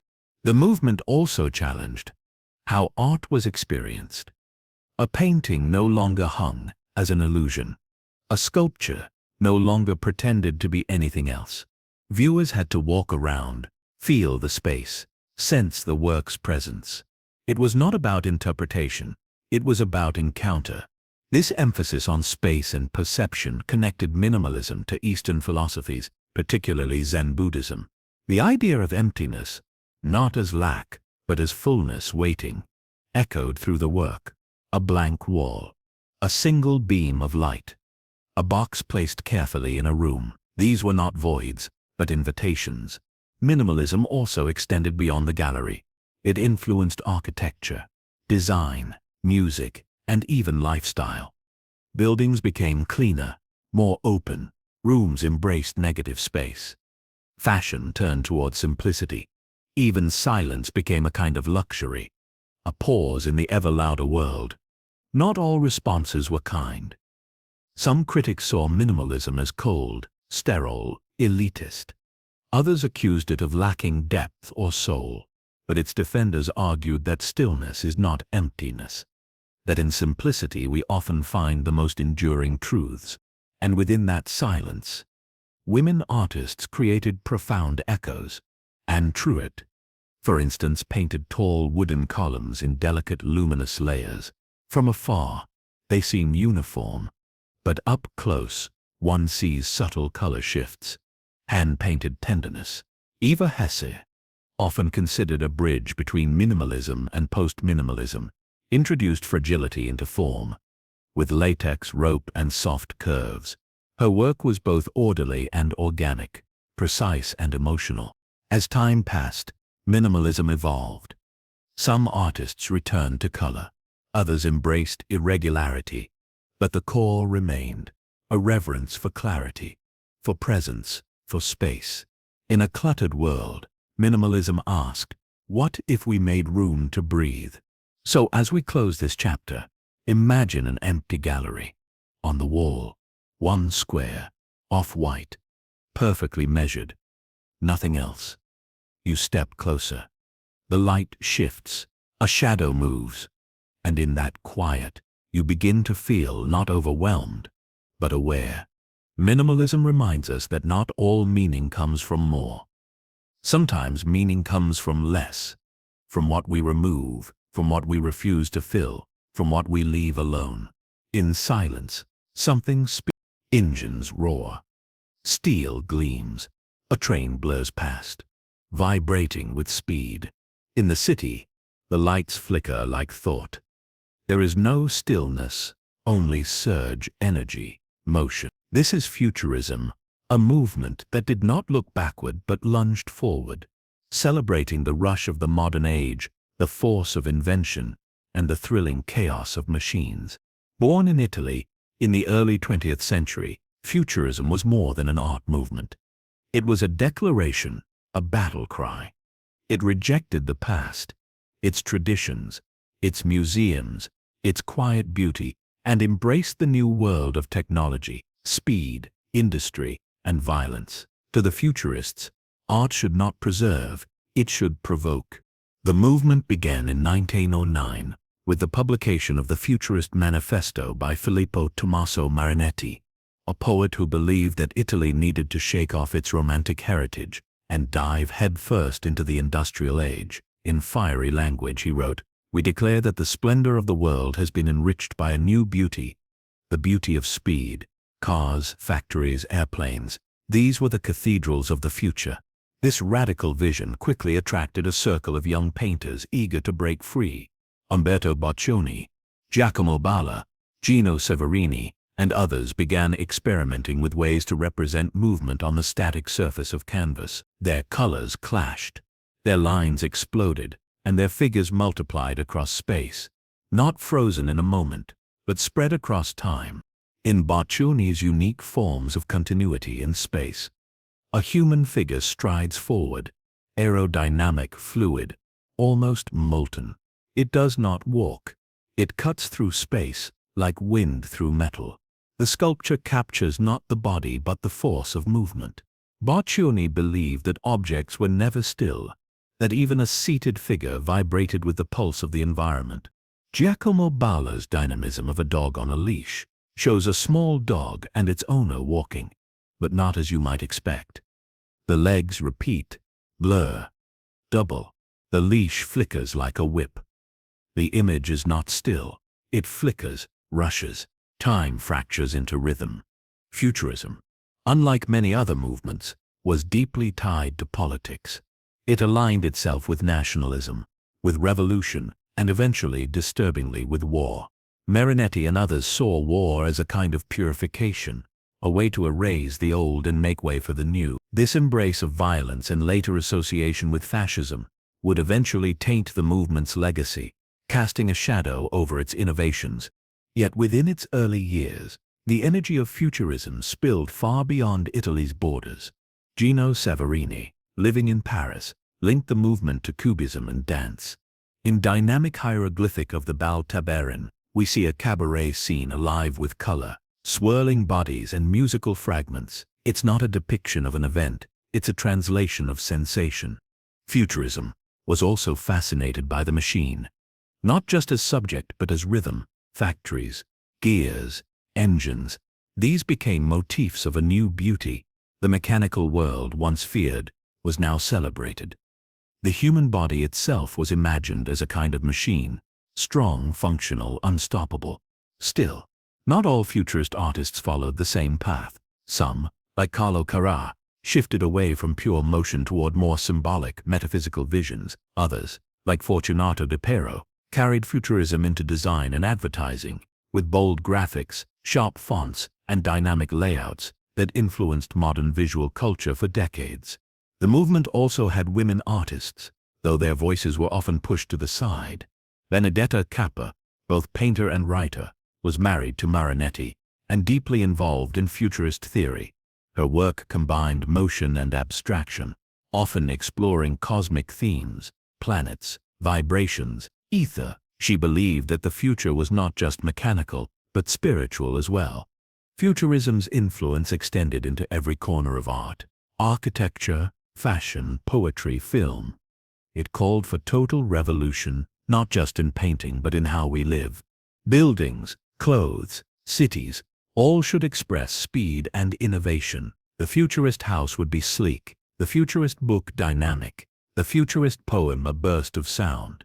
But as the 1920s passed, and Europe changed, futurism began to fracture. Some artists grew more conservative. Others were silenced by war, or absorbed into political propaganda. The boldness that once thrilled began to feel ominous. Yet, the visual language of futurism, the diagonal lines, the repetition of forms, the sense of constant motion, continued to ripple through art. It shaped constructivism in Russia. It influenced the Bauhaus. It energized early experiments in kinetic sculpture and digital design. Even in contemporary media, motion graphics, logo animation, dynamic film editing, the echo of futurist rhythm can still be felt. Futurism reminds us that art can do more than describe the world. It can accelerate it. That sometimes artists are not historians of their time, but engines within it, pushing, provoking, insisting. As we close this chapter, picture a city at night, lights racing across glass, steel towers humming with energy, a train in the distance, not slowing down. You feel it in your chest, that electric edge of movement. Futurism teaches us that progress is not always peaceful, that the future, for all its promise, arrives with noise. But in that noise, in that vibration, something vital is born. A vision of life, not as it is, but as it might become, in motion. A soup can, a comic strip, a row of Coca-Cola bottles. These are not museum relics or mythic symbols. They are objects of daily life, lifted from the supermarket aisle and placed on the gallery wall. This is pop art, the bold, colorful, and quietly subversive movement that blurred the boundary between high art and popular culture, and in doing so redefined what art could be. Emerging in the mid-1950s and flourishing in the 1960s, pop art reflected a world undergoing rapid transformation. Television sets glowed in every living room. Advertising shaped desires. Celebrities became symbols, and through it all, mass production ruled. Of images, of goods, of dreams. In this saturated visual landscape, a new generation of artists began to ask, what happens when art stops resisting the modern world and starts reflecting it?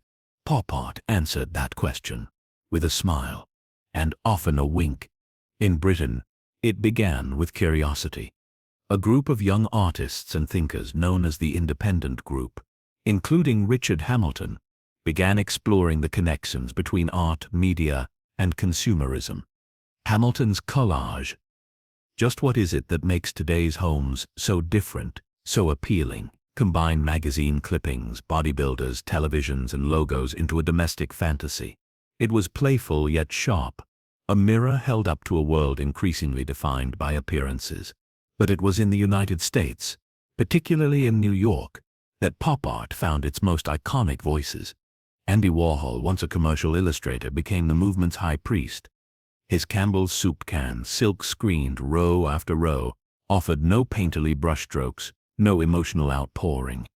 Just repetition, familiarity, flatness. Warhol did not mock the soup. He honored it. He believed the ordinary was already meaningful. In fact, he once said, "I want to be a machine." That was his art, mechanical, emotionless, mass-produced, and yet strangely intimate. Warhol's portraits of Marilyn Monroe, Elvis Presley, and Jackie Kennedy weren't tributes. They were icons, reproduced until they shimmered with both glamour and hollowness. He showed that fame, like a product, could be consumed, that emotion, like color, could fade in repetition. Beside Warhol stood Roy Lichtenstein, who borrowed his imagery from comic books. Using bold outlines, primary colors, and Bend-Aid dots, he recreated dramatic panels from romance and war comics. In Wham! And Drowning Girl, he transformed pop narratives into large-scale canvases. But beneath the stylized drama lay irony, a quiet commentary on storytelling, emotion, and mass culture. Claesage Oldenburg, another central figure, brought pop art into 3 dimensions. He sculpted giant hamburgers, cloth ice cream cones, soft typewriters, everyday objects, blown up or rendered in unfamiliar materials. A slice of cake became a monument. A lipstick tube, a tower. His work was humorous, even absurd, but it also invited viewers to see the world around them as filled with strange wonder. James Rosenquist, a former billboard painter, combined advertising images with surreal juxtapositions. His canvases felt like fractured commercials, full of color, yet strangely disjointed. In F-11 he layered fighter jets with spaghetti, tires, and hair dryers, creating a portrait of American life that was both vivid and unsettling. Pop art also made room for women, though their contributions were often marginalized. Marisol Escobar, with her boxy wooden figures, merged pop sensibility with folk and spiritual traditions. Rosalind Drexler used photography and paint to explore fame, violence, and gender. And Idelle Weber, working in silhouette, captured office life with eerie elegance. These women viewed pop culture not as celebration, but as stage, a place where roles were played and identities shaped. The influence of pop art extended beyond painting and sculpture. In music, the Beatles used pop-inspired visuals in album covers. In fashion, designers embraced bold prints and playful motifs. In film, directors like Jean-Luc Godard and Andy Warhol himself brought fragmented image-driven storytelling to the screen. What made pop art radical was its refusal to separate art from life. It didn't look to nature, myth, or abstraction. It looked to what people were already looking at. Cereal boxes, soap ads, tabloid headlines. And in doing so, it gently dissolved the hierarchy of culture. Yet pop art was not simply fun. Beneath its bright surfaces lay deep questions. What is originality in a world of copies? Can beauty be manufactured? Are we being entertained or manipulated? It didn't offer answers. It reflected the moment, like a mirror made of glossy pages. By the late 1960s, pop art began to fade, or rather it evolved. Some artists turned political, others abstract, but its legacy endured. Without pop, there could be no postmodernism, no street art, no digital remix culture. Its vocabulary, irony, repetition, scale lives on in the way we make and consume images today. And pop art never fully left. Its influence can be seen in the stylized visuals of graphic novels, the branding of luxury fashion, the rise of Instagram aesthetics, and the widespread fascination with celebrity. As we close this chapter, picture a bright gallery wall, a can of soup, a comic tear, a lipstick red sculpture. None of it asks for reverence. All of it asks to be seen. Pop art reminds us that meaning is not always hidden in the sublime. Sometimes it waits in plain sight. that beauty can wear plastic, that truth can speak in bold font, and that in a world full of noise, even a cereal box can carry a quiet message. A mirror within a frame, a face obscured by fabric, a collage made from family photographs, a canvas split between cultures, languages, or skin tones. As the 20th century turned toward its latter half, artists began asking not just what the world looked like, but who they were within it. Art became not only a record of time or place, but a tender excavation of identity. This wasn't a movement in the traditional sense, not a single manifesto or gallery circle. It was a gradual shifting of attention, a soft and often private revolution. The self became the subject, not the heroic self of old, but the fractured, hybrid, evolving self. One shaped by race, gender, memory, exile, language, love, and silence. Artists began turning inward and outward at once, and what emerged was a body of work that was both intensely personal and universally resonant. In the wake of political struggle and civil rights movements, many artists of color began to reimagine their place in art history. Faith Ringgold, an African-American artist and storyteller, stitched her narratives into quilts, blending traditional craft with modern stories. In Tar Beach, she painted a young black girl flying over a New York rooftop, free and dreaming. Ringgold's work refused the boundaries between fine art and folk art. It was both history and hope, stitched together with love. Jean-Michel Basquiat, a young painter of Haitian and Puerto Rican descent, scrolled his identity in layers, symbols, crowns, anatomical diagrams, Spanish phrases, jazz lyrics, and graffiti marks. His canvases pulsed with energy, violence, intelligence, and cultural memory. Basquiat refused to be explained. He painted with both rebellion and vulnerability. He became, for many, a symbol of the complexities of black identity in a white art world. In the realm of photography, Cindy Sherman used herself as model, director, and subject, transforming her face and body into dozens of archetypes. In her untitled film stills, she portrayed housewives, secretaries, actresses, all constructed, all artificial. Through disguise, she questioned how identity, especially female identity, is shaped and performed. Her work suggested that selfhood was not fixed, but staged. Across the globe, artists carried these questions into their own contexts. In India, Nalini Milani combined painting, video, and installation to explore gender and post-colonial memory. Her works often layered ancient myths with modern trauma, the goddess and the refugee, the dream and the wound. In one piece, shadow puppets flicker across rotating cylinders, their silhouettes moving like fragments of a forgotten story. In China, Kai Guoqiang used gunpowder to create massive, explosive drawings, both destructive and beautiful. In his work, the body becomes the landscape. The artist becomes the witness. His practice blends tradition with experimentation and speaks of identity not as static, but as something that bursts and reforms with every spark. In Iran, Shirin Nishat explored the tensions of exile and cultural duality. In her photographs, women's faces are veiled, their skin inscribed with Persian poetry. In her films, the camera lingers on silence, on eyes, on longing. Her work speaks softly, but powerfully, about life between borders, geographic, spiritual, emotional.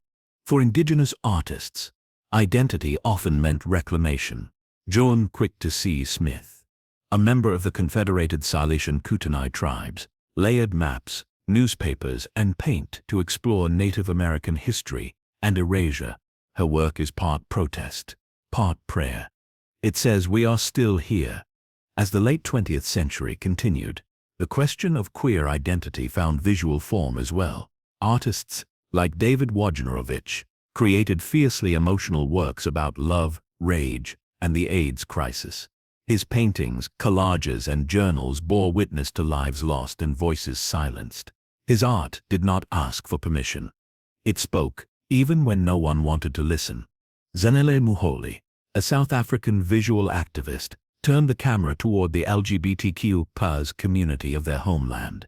Their black and white portraits are powerful, elegant, and proud. Each image reclaims space. Each face declares presence. Through all of these works, across continents and decades, a pattern emerges: the use of art, not as escape, but as mirror.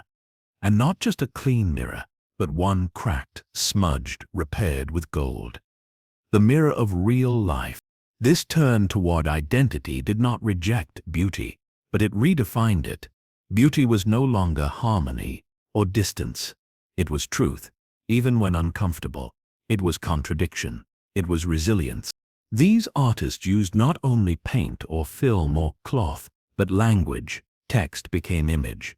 Names became form. In a world shaped by histories of erasure, to write one's name or one's story became an act of reclamation. A brushstroke could be a whisper or a scream. Installation art became a common method for these explorations. In a room, one could construct memory. One could invite viewers to step inside a story, not to look at it, but to feel it, to move through it gently, to listen. Today, the legacy of identity-based art continues. In the digital age, artists use new tools to ask old questions. Who am I? Where do I come from? What parts of me are hidden? What parts cannot be hidden? Some create with code, some with sound, some with the quiet weight of their own breath. But in every case, the art becomes a kind of map, not to a destination, but to a self in motion. So now, as we close this chapter, picture a wall covered in mirrors, no two alike. Some clear, others clouded, some chipped, some golden. In each one, a reflection, not always familiar, but always honest. The art of identity reminds us that every life carries layers, that every image holds a story, and that in knowing ourselves truly and tenderly, we learn how to see others more clearly too. A wall becomes a canvas, a poster becomes a cry, a performance becomes a silence that cannot be ignored. Throughout history, but especially in the modern and contemporary age, art has often become protest, not in slogans or weapons, but in color, in gesture, in presence. When voices are denied, when justice slips from reach, art stands up, sometimes quietly, sometimes fiercely, and says, "I see, I remember, I refuse to look away." This is the art of resistance, born not from comfort, but from confrontation. It does not ask for approval. It does not seek the polite applause of galleries. It lives in the street, the shadow, the rupture. It may be torn down. It may be banned, but still, it returns. Because truth once expressed becomes unerasable. In the 20th century, as wars raged and regimes tightened control, artists found ways to respond without permission. Their tools were not only paints or stone, but presence, metaphor, and courage. One of the most enduring forms of protest art is muralism. In Mexico, artists like Diego Rivera, David Alfaro Siqueiros, and José Clemente Orozco painted vast public walls with scenes of revolution, workers, indigenous life, and injustice. Their murals rejected elitism. They were made for all to see, and they told stories too long buried. Rivera's massive frescoes in Mexico City still tower with strength. Farmers planting seeds, laborers lifting stone, hands reaching upward. In South Africa, during the long years of apartheid, artists like Dumile Feni and Willie Bester turned their pain into visual defiance. Collage, scrap metal, ink, and found objects became symbols of survival and identity. Their works documented violence and loss, but also carried the glow of resistance and pride. In Chile, under dictatorship, a group of women called arpilaristas stitched their grief into cloth. Using fabric scraps, they created small textile scenes of disappearances, poverty, and protest. These arpilaries were smuggled out of the country, reaching international eyes when no words could. In Poland, during Soviet control, the Orange Alternative used absurdist art and performance to resist censorship. Dwarves were painted over state propaganda. turning erasure into comedy. Their slogan was simple: freedom through nonsense. Art did not just criticize, it disarmed. One of the most iconic symbols of artistic resistance was built in sorrow: Picasso's Guernica, painted in 1937, after the bombing of the Basque town by fascist forces. The black and white canvas screams without sound. A horse writhes. A mother holds her child. A light bulb glows like an accusing eye. It became and remains one of the most powerful anti-war statements ever created. But protest art is not always monumental. Sometimes it is as small as a whisper. In Southeast Asia, during political turmoil, artists carved small poems into walls or folded paper cranes with names written inside. In Myanmar, protesters used red ribbons and flowers when gathering publicly was forbidden. The symbolism spoke when their mouths could not. In the United States, during the Civil Rights Movement, artists like Jacob Lawrence and Elizabeth Catlett used painting and sculpture to elevate Black history and dignity. Their work, grounded in narrative and form, gave shape to struggle, not as despair, but as a long, ongoing walk toward justice. During the AIDS crisis, when silence felt like death, art became both grief and activism. The AIDS memorial quilt, stitched by thousands, stretched across the National Mall, each square a name: life. ACAT UP used posters, slogans, and performance to confront neglect. Their art was urgent, loud, necessary. In more recent years, the rise of digital media has transformed protest art. A single image can now travel across continents in seconds. During the Arab Spring, graffiti bloomed overnight in cities like Cairo and Tunis. Walls once plain now shouted with color and names and symbols of change. In Hong Kong, pro-democracy protesters turned the city into a living gallery. Sticky notes, poems, drawings, and silhouettes transformed public spaces. The Lennon walls became places not of defiance alone, but of shared voice. Banksy, the anonymous British street artist, has used wit and surprise to speak about war, surveillance, and inequality. His stencils, a girl letting go of a heart-shaped balloon, a protester throwing a bouquet, are quiet and immediate. Though often removed or commodified, their message lingers: see the world, now change it. Artists of indigenous nations around the globe have also turned to protest art, not as rebellion, but as restoration. Murals, dance, song, and beadwork serve as reassertions of land, language, and spirit. When their histories are denied, their art becomes living proof. Today, climate activists use art to visualize the unseen. Melting ice sculptures, maps of extinction, performers dressed as dying coral. These are not just aesthetics, they are warnings wrapped in beauty, carried by feeling. In Ukraine, as conflict reshapes streets and homes, artists create amid rubble. They paint shields, they sing lullabies, they draw sunflowers on broken walls. Their art does not deny suffering. It holds it gently and lets it speak. The art of protest often walks a thin line. It risks suppression. It invites danger. But it also opens hearts, because while statistics fade and speeches falter, a single image, a child's face, a broken wing, a rising sun, can stay with us forever. And that is the quiet power of resistance, not to force, but to remind. So, as this chapter closes, imagine a wall once gray, now covered in paint. Imagine a square of fabric, stitched with memory, a hand holding a flower, a street filled not with shouting, but with color. Art as resistance reminds us that creation is not always gentle. Sometimes it is fierce. Sometimes it is what survives when everything else is taken. A gesture, a mark, a song in the dark. It reminds us that even in silence, there is voice, and that in the act of making, of saying this happened, this matters, I am still here, we become not only artists but witnesses. A brush hovers, not over canvas, but over light. A gallery exists only in code. An artwork responds to the presence of its viewer. The future of art does not arrive with a bang. It glows softly, like a screen in the dark. inviting you to step closer, to look longer. In this final chapter, we arrive not at an end, but at an opening, a window into what art is becoming. Across the world, artists are asking not just what to create, but how and where. As the physical and digital worlds blur, art stretches into new dimensions. It is no longer bound to paint or stone.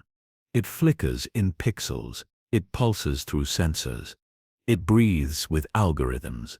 This is the art of tomorrow, born from curiosity, connection, and an unshakable human desire to make meaning. In recent years, artificial intelligence has entered the studio. Programs like DL, Midjourney, and Runway can generate images from language, remix old paintings, and even compose music. Artists no longer work alone. They collaborate with machines. Some use AI to explore memory, translating dreams into form. Others use it to challenge authorship itself. Who made this? And does it matter? But the question is never just technical. Artists like Refik Anadol use data and algorithms to create immersive environments, digital rain falling in slow motion, ever-shifting walls of color and memory. His work transforms entire rooms into living canvases. The viewer does not just observe, they are enveloped. Meanwhile, augmented reality brings art into everyday life. A statue might appear in your phone's viewfinder, rising from your desk. A mural might shift as you walk by. Artists create not just for space but for presence, blending the seen and the unseen into a layered experience. And virtual reality offers even deeper immersion. In VR art, you can float through a memory, walk across a brushstroke, hear sound with shape. Platforms like the Museum of Other Realities allow artists from every corner of the globe to exhibit their work without borders, redefining what a gallery even means.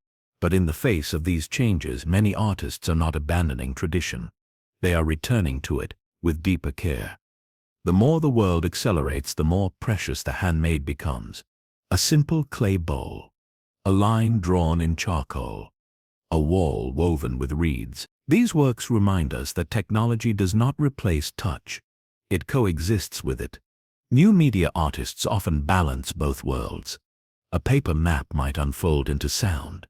A painting might store data. A sculpture might change with time or weather. Bioartists even use living cells or DNA to shape form, working with the material of life itself. The climate crisis, too, has reshaped the artist's role. Art becomes both reflection and response. In the Arctic, melting ice is cast into glass.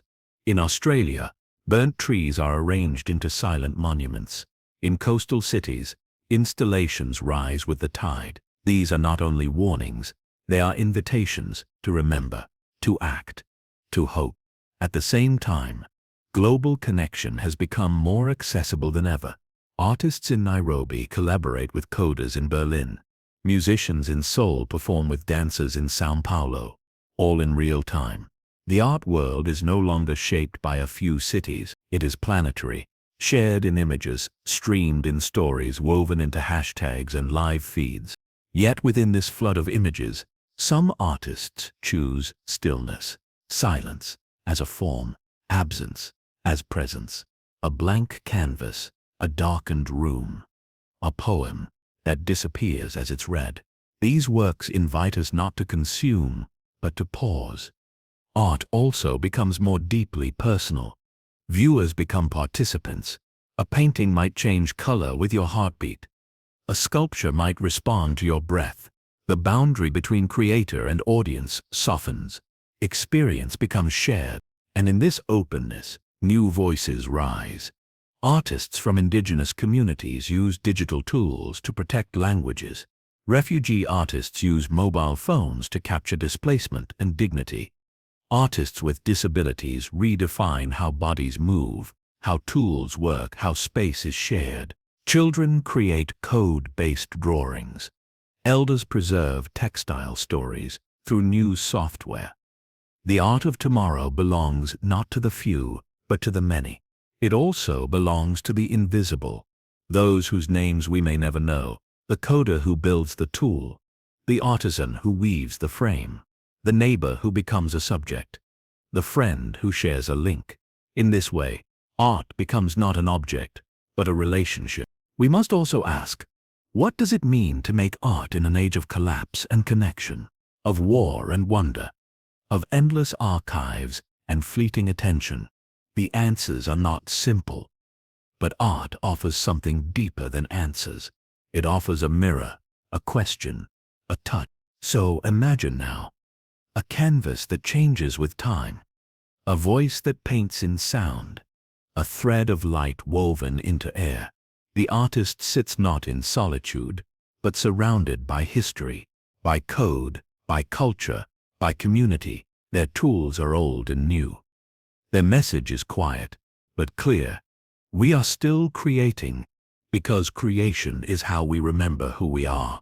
As this journey comes to a close, picture yourself walking through a hallway of everything we've explored, from the caves of Lascaux to the endless mirrors of Yayoi Kusama, from the softness of a Renaissance face to the cold glow of a digital dream, from protest walls to silent sculpture, all of it alive with intention.